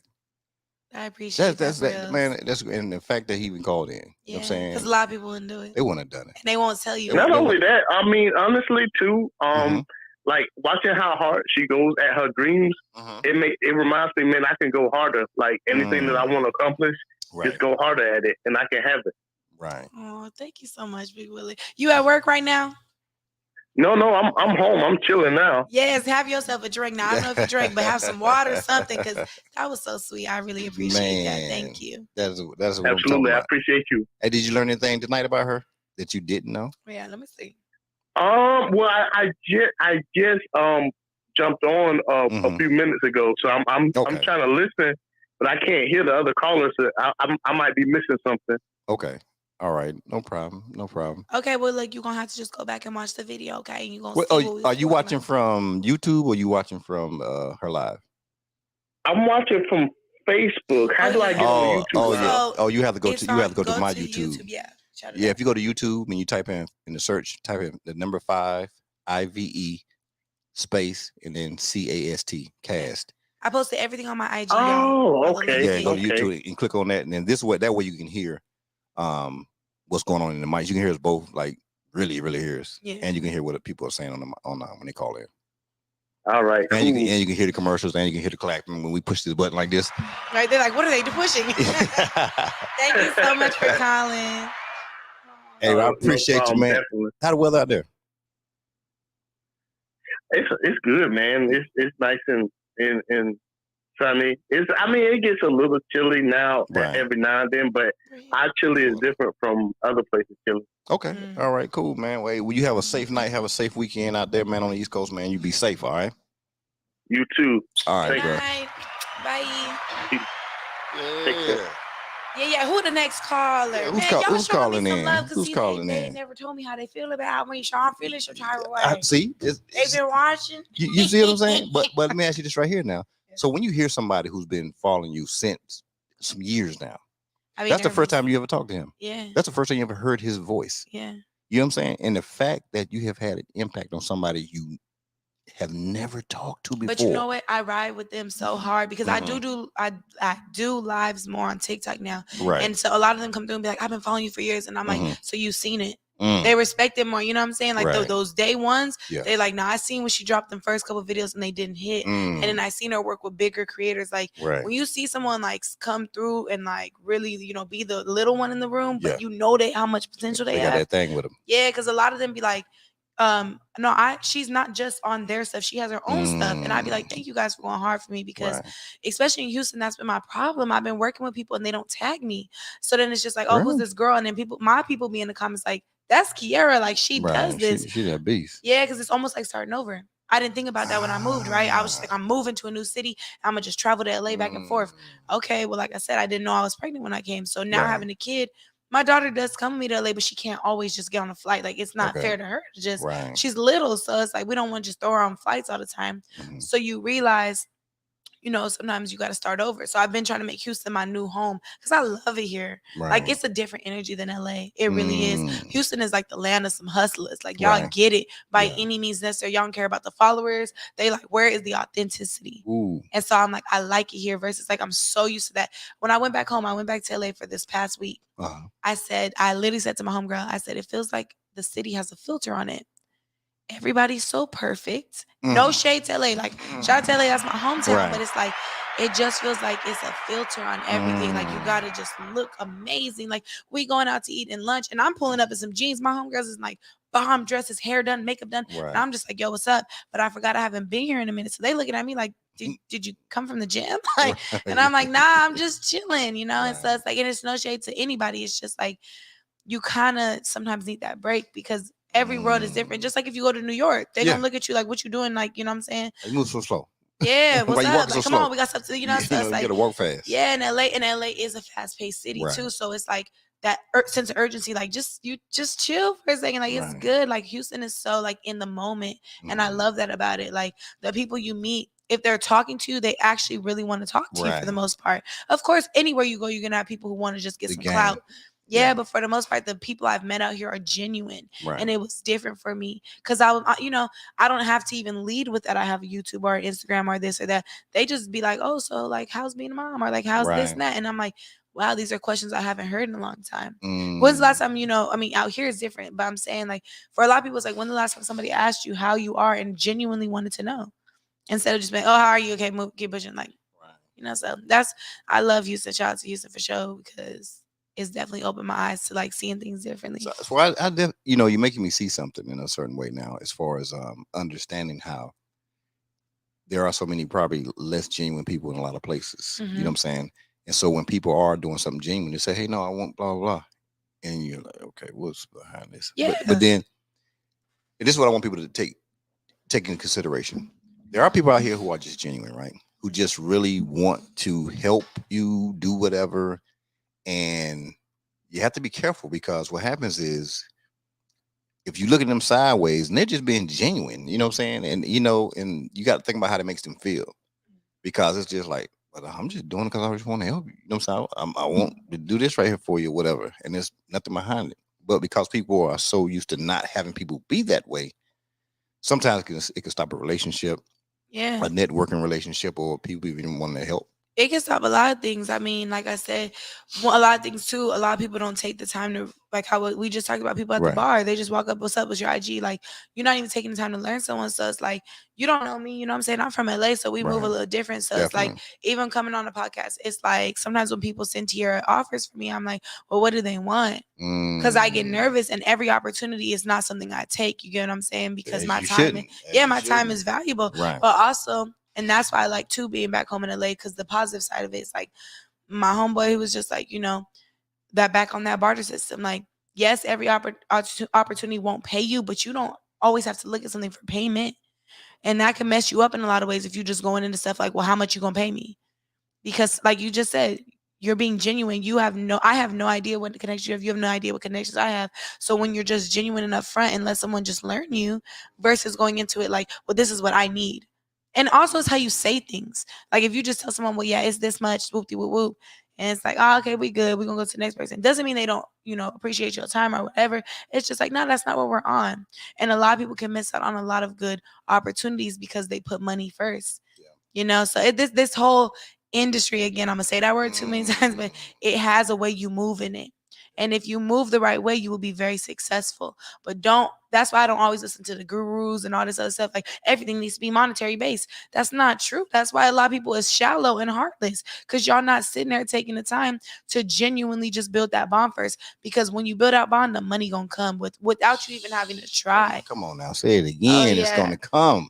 But you know what? You can read the room right away with people. And I'm sure you knew when Kiera, you know, and you had that conversation, okay, she's not going to bring no one to me that's not really going to understand what this is about. Regardless if I had no idea what the setup was going to be, what the conversation would be. But she already knew based off my personality, how I conduct myself. And that's also how you know your name speaks volumes without you having to be in the room. It does. You know, so that's a good thing. Like, always put your best foot forward, but also always be honest. Because like I just said, like we both said, you never know who's watching, because someone is always watching. We don't know who's watching this. Right. You know, you never know when that one episode is going to be the episode that takes you to that next level. Definitely. So that's why you have to show up. That's why you have to be consistent and keep pushing. Right. I love this conversation. And that's why Kiera is so great in what she does. Yeah. I don't know everything Kiera does. She do a lot. I just you know, because she does so much. Yeah, she does. And does it well. I don't even know how I met Kiera. You don't know, right? I don't know how I met. I think it was I don't know. I think we was talking or something on Instagram, and then she was doing something at Girl Boss Sweets. Girl Boss Sweets. And so Shout out to Girl Boss Sweets. and Sorry. so I went up there because she's, I was like, yo, she was telling me about how it worked between her and them, Sam Shayna. I was like, okay, when she come in town, I said, let me know. I said, I don't want to just talk to one person that owns the thing. I want to talk to both people. And so she was like, hey, she coming for this event. I said, okay, well, check this out. What if I just bring the podcast up there? Dope. So I took it up there. Dope. And so it was so dope that they wanted to come to the studio. So we did the show there that day, and the next day, oh wow, they came to the studio. Oh wow! So they came back to back. I love because it was that good. Shout out to the damn energy was that damn good. You know what I'm saying? That they came back. So that's how you know. You know what I'm saying? Kiera don't just fool people. You know that. Oh no, she don't. She don't just fool people. Yeah, she's very selective. She's very picky, and that's good. Not and it's funny because when I was talking to her, I was talking to Destiny first, and I ended up getting linked in with Kiera, and it was just she had said that too, like I don't, she don't really. She don't. Yeah, and we just clicked right away. Yeah, because she's so about her business, and but she's such a good person and too. A lot of people not about about their business. Not, and she gonna call you. Kiera she do the thing. She does it, and I look at her, the pedigree she comes from. You know what I'm saying? With moms and pops and them, and what they doing out there in Georgia. They don't play. They working. They don't play. They about their business. Yeah. You know what I'm saying? And so they raised a great daughter. She's a hustler. Yeah, but you know what? That gives me to a good question I want to ask you. Do you feel like people get upset with things because they don't have no business? You get what I'm saying? Prime example, you got a friend or you got a homeboy, whatever, and he feeling some type of way because he feel like you being funny because let's say you said you couldn't go out tonight because you got your podcast. Right. Do you feel like people get upset because they have no business? And I'm not talking about just a business as a brand. It's like when other people don't really have a lot going on for themselves, they tend to get upset with you. Like, and I say that because Kiera is so busy all the time. So I could see how easily someone being in her life could be like, well, why you ain't got time for me? It's like, but she has business. What she does makes her money. And she's really changing other people's lives. So she's not always going to be available. You're not always going to be available. I'm not going to always be available. And I feel like sometimes you deal with those relationships that kind of tend to fall apart because then people ain't, I don't know. No, exactly. It does happen. And it does. And it's I hate that it happens. But it just happens. It just happens. You know what I'm saying? Because I can't spend that energy to worry about that. You know what I'm saying? Because one, I'm always put me, I'm just where I'm at. It's about like you were back when you was in California, right? You said, hey, this is going this got to work. This is what I want to do. And so that's just where I'm at. And so most people are not going to understand that.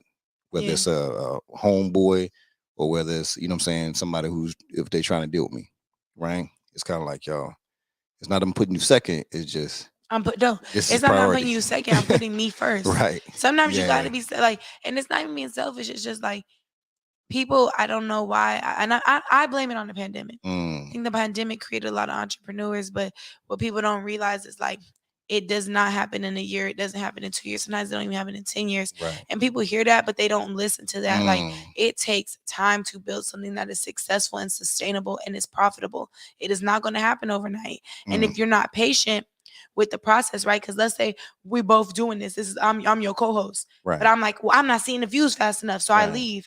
And then, a year from now, it pops off. Right. And that's normally how it goes. It does. I've had a lot of people leave me in this. And then next thing you know, the next level. And sometimes you see they probably were the weight. Yeah. That held you down. They were the weight that held you down. Yeah. And when you see yourself move. Is there.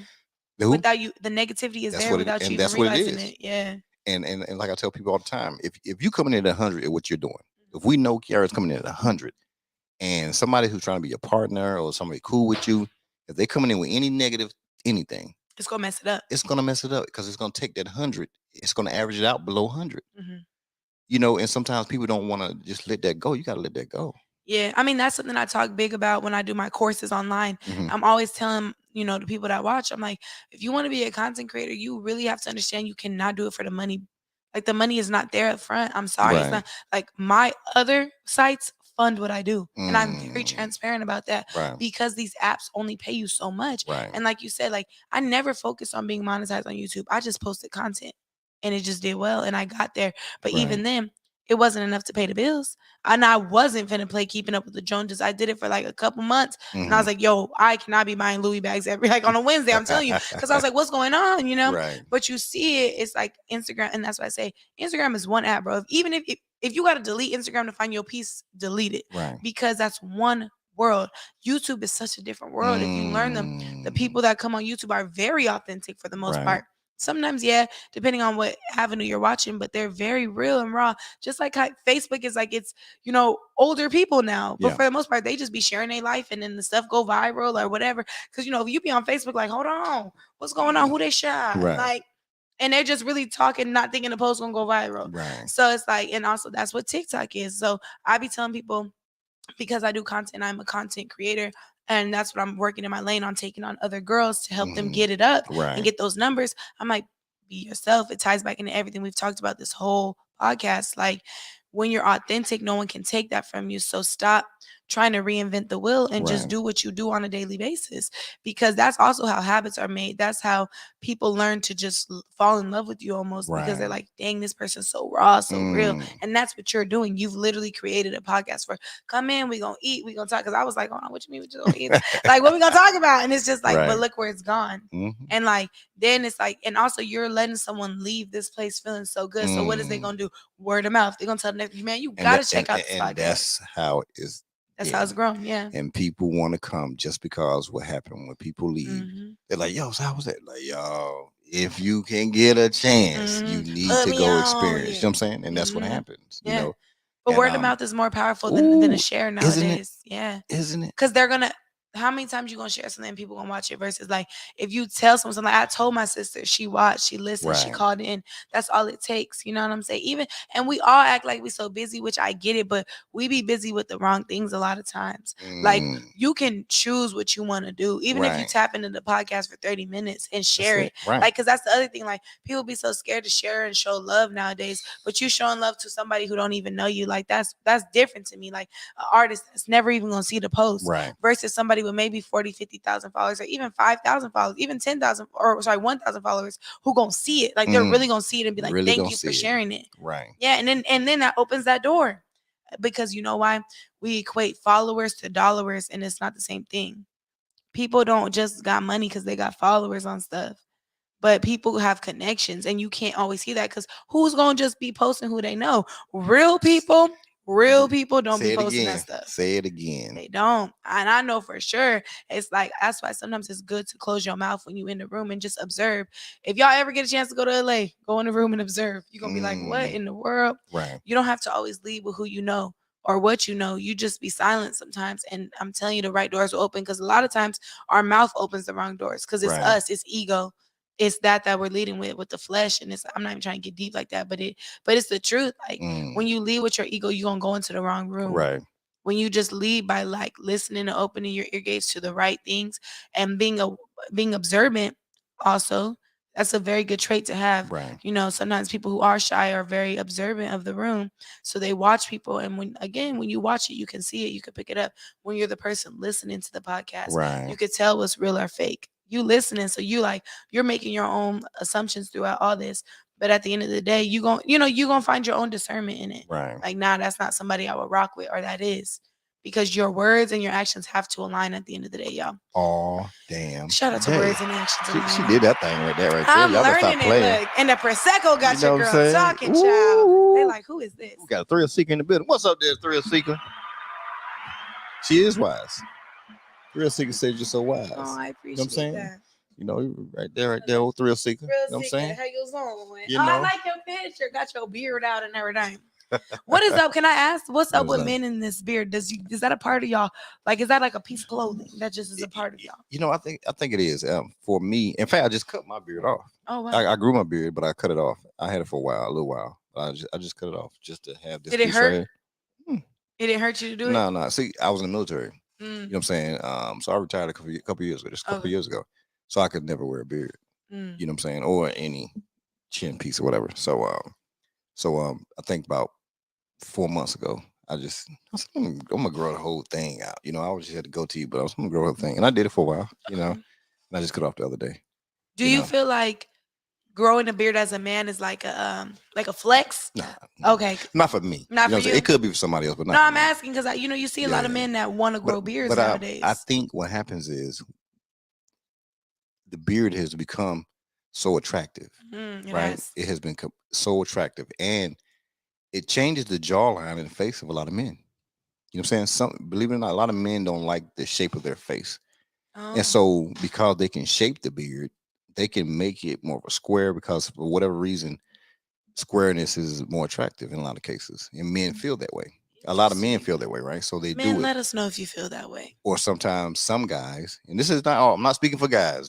I'm definitely not speaking for all guys. I'm not speaking for guys. I need to know. But a lot of guys, they see it as more of a masculine thing.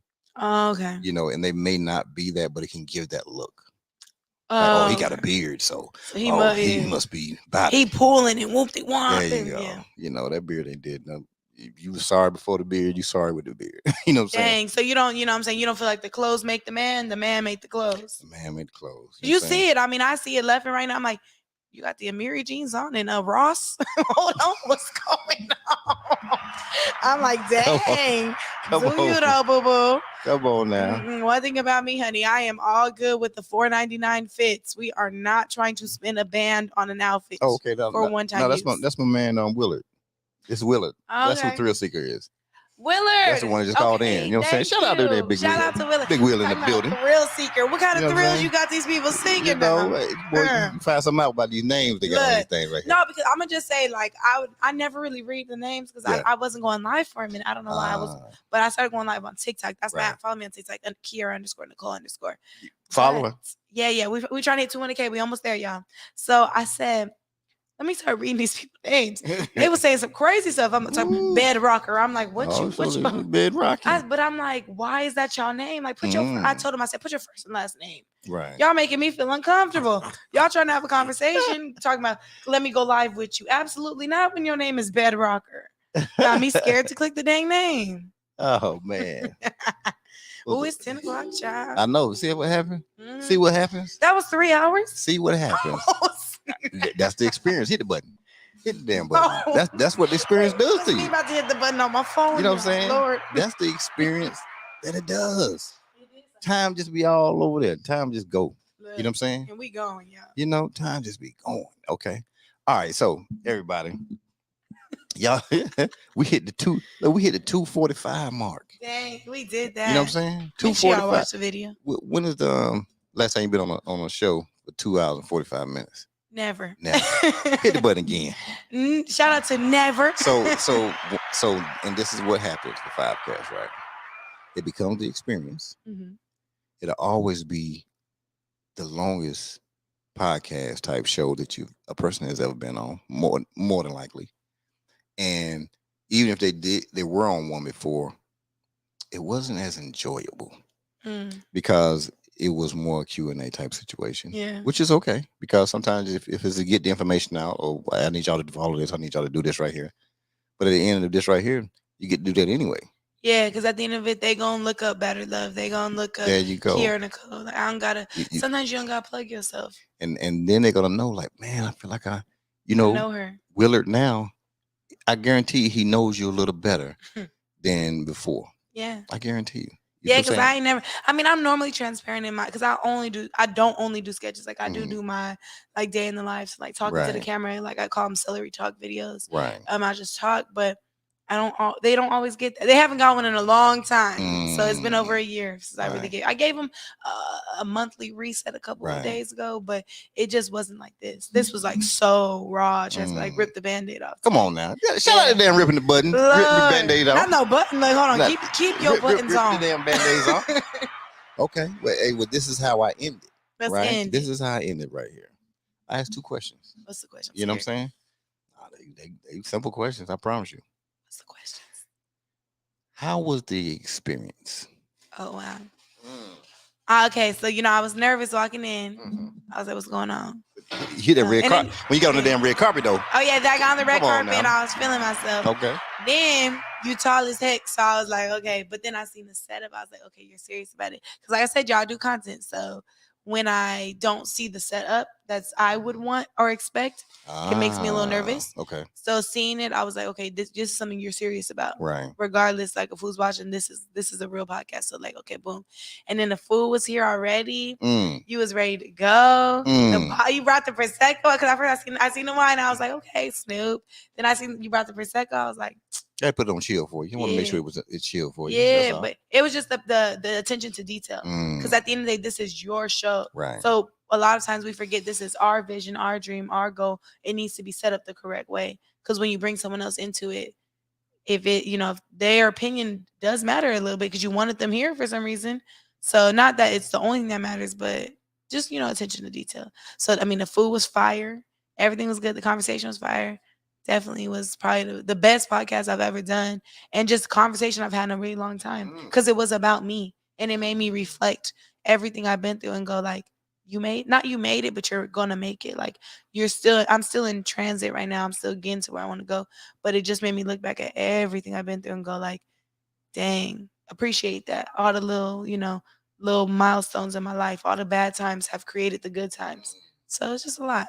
That was deep. Okay, that's good. So would you recommend my show to anybody? Absolutely. You know what I'm saying? Absolutely. Like this, I got to tap in now. You know What's the dates? What dates do you drop on? Thursdays. Every Thursday? Thursday, yeah. What time? 7 p.m.? 7 p.m. All right. I make it simple. 7 p.m. Thursday. If it's somebody who come in town like my girl Pretty Pocket, she out of California. She's a truck driver, but she owns a trucking company rather. But she does like so many other things. She's down with like Stormy Daniels. Why do I feel like I've heard of her? Yeah, you probably have. She's real big. You know what I'm saying? But shout out to Coach. Her name Tiana. Tiana White. And shout out to Tiana. Tiana White. That's her name. Tiana White. But you said it's Pretty Pockets. I feel like I've seen that for some reason. You probably seen it. I wonder if she's the girl that do the TikTok. Because there's only like one girl TikToker like that. Yeah. Who posts like her stuff. Oh, maybe. No, I never looked at TikTok before. Yeah. You know what I'm saying? That's a.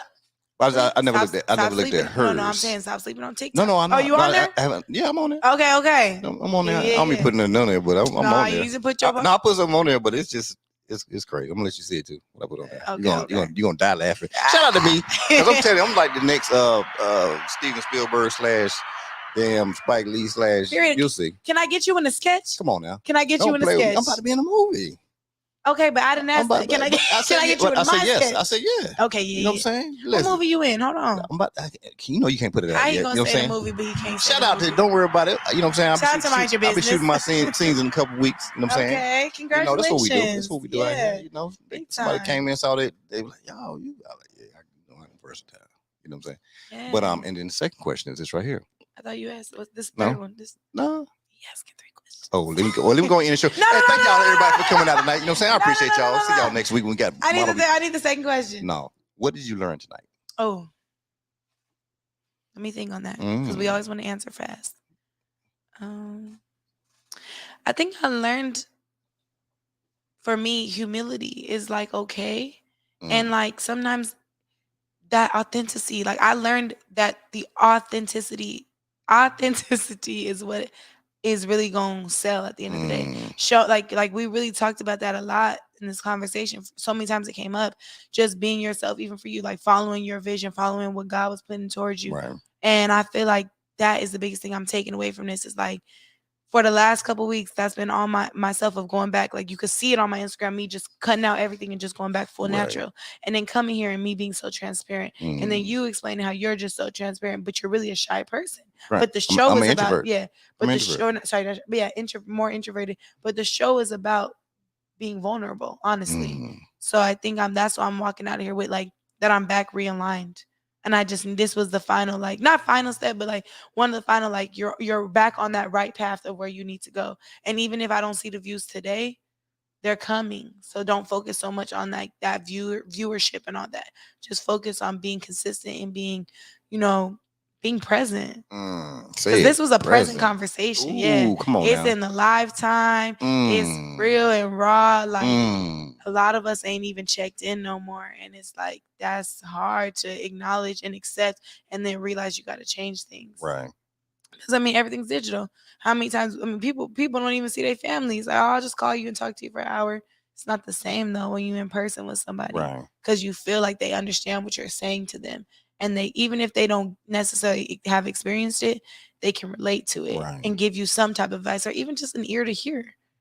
Oh yeah. And how often do we have a conversation Never. like this? 2 hours and 52 minutes and 49 seconds. Yeah. You get what I'm saying? Yeah. Oh, they gonna be searching this. It's not common. Yeah. And it's not authentic when it's done a lot of times, you know? Right. Because you can watch 2 hours of somebody's content. It's just not the same as hearing them talk for 2 hours. Ooh. And stay relevant and stay on key. There ain't no script here. I ain't getting no lay of the land. It's just like, so this is really just a full blown conversation for 2 hours, 3 hours now. 3 hours. You know what I'm saying? I love that. You know? Hey, listen, I appreciate you 100%. You know what I'm saying? Thank you so much. I really appreciate you coming. I know it's a Friday night. And most people probably doing some everything on Friday, even the people that's watching. You know what I'm saying? Doing that you know, we appreciate you guys watching. We really do. Because one, I promise you, a lot of the things she said, I learned a lot. You know, I'm sure people that's gonna go back and watch this, and once it goes out, you know what I'm saying, and people come back because they're doing things this evening or whatever, they'll watch it and they'll pass it to other people. You know, this is what she's somebody that people definitely need to contact, subscribe to. Because how many times do you, or have you even seen somebody, and I'm gonna just keep it real, somebody that's a social media star, right? Sit down and really have an open conversation like this. You show me one clip from anybody that's doing that, you won't see it. She is the first, I promise you, because there's no layouts like this for people to do this. You know what I'm saying? So that's why I wanted to create this lane. So if somebody's trying to come up and understand about creating content and stuff like that, they need to watch her. You know what I'm saying? They need to contact her. You know what I'm saying? She's showing people how to do it, you know, and so get out there and reach out to her and follow up on the line with what she got going on, and you can learn, you know? Yeah, and I appreciate that. And make sure when y'all reach out, you know what I'm saying, reach out the right way when it's business. I'm gonna just say I understand the hey gorgeous, I love that, y'all. But when it comes to business, like, hey, what's up? I watch you. I'm interested in learning X, Y, and Z, whatever. And just check out my website. That's the best way you can get in contact with me. Email me, get the courses, get the ebook. And like I said, I just think when people approach you with on some serious stuff, it's just the way you do it. Right. So maybe not a DM, maybe an email. That's the best way to really get me to take it serious. Because it gets so many DMs, y'all. Yeah. It's time to go because you're breaking glass. Yeah. About to break them. You know what I'm saying? I love you guys. Thank you so much for having me. This was such an amazing experience. No problem. One that will definitely stick with me. So thank you so much. I appreciate that. And give them your information so they can find you real quick. All right, you guys, it's Kiera Nicole. You can find me on Instagram at Kiera_Nicole_. Now I'm gonna tell y'all right now, click the one with 200,000 followers. Please do not follow the fake pages, okay? You can also find me on Instagram under Keys to Success. Everything else is pretty much link in the bio. So you click that, Kiera Nicole on TikTok, Instagram, Facebook, YouTube, Yahoo, MySpace, all that, child. So it's all on there. Y'all click those links and don't get scammed. Please don't follow the fake pages. It's not me. Don't follow the fake pages. Because I think I might on Instagram. I might have caught one of them. Yeah, you might have got one of the Kiera. Now, Keys to Success is my backup. No, it's the _. Yes, she's trying to be me, or he trying to be me. That's not me. That's what that joke get. Yeah, huh? No, it wouldn't shout out. Oh. That was a whole different button. Okay. You know what I'm saying? No, you gotta go. 111. You gotta go. Yeah. So in fact, I had sent him the link. Oh wow. To the show, just to just to pass out. And then once you followed me, I looked. I said, "Oh man, I done hit the wrong." So a lot of people I went in that and reported it. That one. Please, yes. And then I came back to you. Then I sent it to you. Yeah, go report those fake pages, y'all, because they're not me. And you know what's funny? They gonna take some clips of this and post it. Like they really be acting. They that hard with it. Yeah, I have a girl on Facebook or a guy. I think it's a guy actually. He's been being me for like 3 years. Are you and serious? People sending money, all kind of stuff. I'm like, that's not me. But they go by like Betty Ann or something like that. But it's all my pictures, all my content for years. And I was like, there's no way they're still doing that. They have my baby posted. So that's why I don't really post. See, that's scary, right? Now that's what's scary when somebody do that. Weird stuff. Yeah, because like what's wrong with your head? Like not like that. I mean, I'm not trying, if you get your help that you need to get, but I don't like stuff like that because it makes me nervous of like who's watching. Because like you really watching somebody that bad. You know what I'm saying? And I see people try to, I guess they try to hack your account when they be trying it. But because I have multiple phones, so whatever I log in on this phone, a code would have to go to the other phone. The other phone, yeah. So it'll never go to the thing that if somebody tried to get into it, right? So I'll be getting it all the time from different phones. I see the email, and I have different emails that the things will go to too.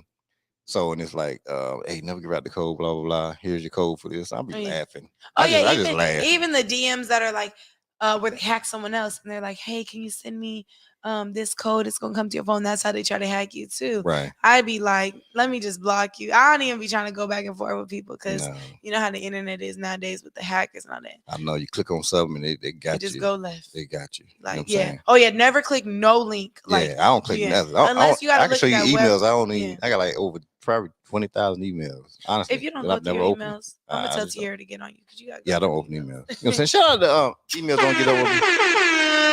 Yeah, now I gotta give me a button that I can just click when I shout out stuff. Hey man, I really appreciate you guys for tuning in. Joe, I won't be doing a show next Thursday. I'll be doing it actually on Monday. I have Model B Star. You know what I'm saying? Model B Star. You know what I'm saying? Super Instagram model / actress / businesswoman. I mean, she's doing her thing. In fact, she even has she just recently got on TikTok not too long ago.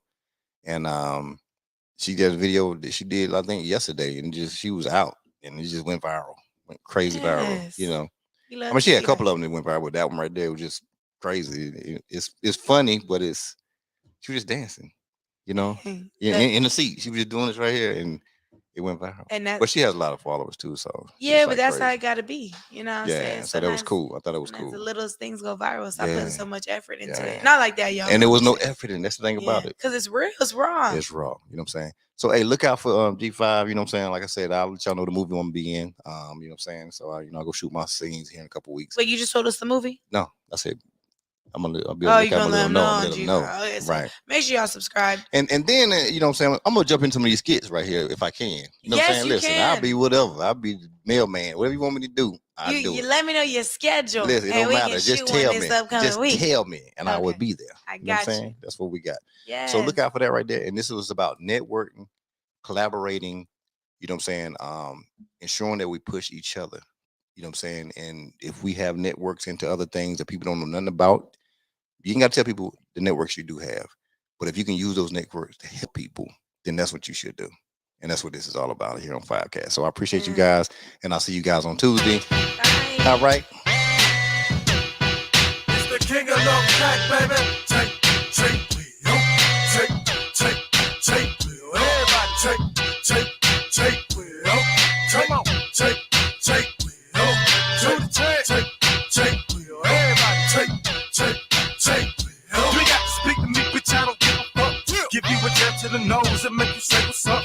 I'm in the club, nigga, talk with the long barrel. When the music stops having singing, not Christmas carols. People hate me, man, I really do know why. They see the wings on my back and they know I'm gon' fly. So what the fuck's supposed to do? Just try to please people. Got my Indian crew family and I don't big people. Remember, used to put newspaper in my tennis shoes. Used to walk around in them jeans, the mini shoes. For party nigga, I was too thugged out for that. Never told all my enemies I couldn't be a rat. But niggas told on me, nigga, they got it in return. Now in they mama's living room in a nice urn. Fuck you, your whole crew, bitch, cause you gon' get caught. Blow your brains out in your lap, now hold that thought. Motherfuckers, the beginning of a new era. Say we're getting it poppin', nigga, cause I'm so clever. You can love me, you hate me, nigga, but I'm still with it. G5 legacy never ending, bitch, it's the beginning. This is the beginning of a new era. Say we're getting it poppin', nigga, cause I'm so clever. You can love me, you hate me, nigga, but I'm still with it. G5 legacy never ending, bitch, it's the beginning. This just for my killers who just straight up murder. Leave you in the sewer dead just like a ninja turtle. I got connects with the real fucking black mob. And I'm trying to get it right for my man gone. So any drama, dog, believe me that there's no problem. Niggas will torture your ass, you wish they fucking rob you. Menace to society, that's my favorite one. Desert Eagle 50 caliber, that's my favorite gun. My nature gunning, yes, I'm gunning for your fucking dome. You the homie kid cause you always running fucking home. MBK got a boy, your house, we'll clap it up. I run my mouth like a big booty bitch, I can back it up. Try niggas on pickups just like they did in Jasper. Keep fucking around, your new friend is gonna be Casper. You gon' be in the casket, people trying to coffin on you. But so many hoes ain't like it can play golf on you. Motherfuckers, the beginning of a new era. Say we're getting it poppin', nigga, cause I'm so clever. You can love me, you hate me, nigga, but I'm still with it. G5 legacy never ended, bitches, the beginning. This is the beginning of a new era. it poppin', nigga, cause I'm so clever. You can love me, I hate me, nigga, but I'm still with it. G5 legacy never in the bitch, stop. Fuck that shit, bro, I'm tired of being nice. White shit in your head, this mic is not a fucking nice. I keep the termites fed like a pistol, stay with some lead. Like Marita, dog, stay with some bread. I lived in the trailer, not no projects. It's still got it, but you couldn't run on my set. I kill niggas, dog, and also I kill time. Tell out my snitches, they had 2 fucking moms. Niggas tell on me, goddamn, they drop the fucking dime. Your brains are gone, now you out of your fucking mind.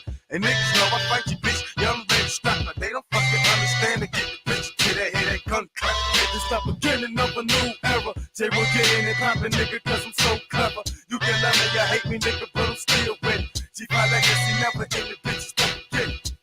This is the beginning of a new era. Say we're getting it poppin', nigga, cause I'm so clever. You can love me, you hate me, nigga, but I'm still with it. G5 legacy never in the bitch,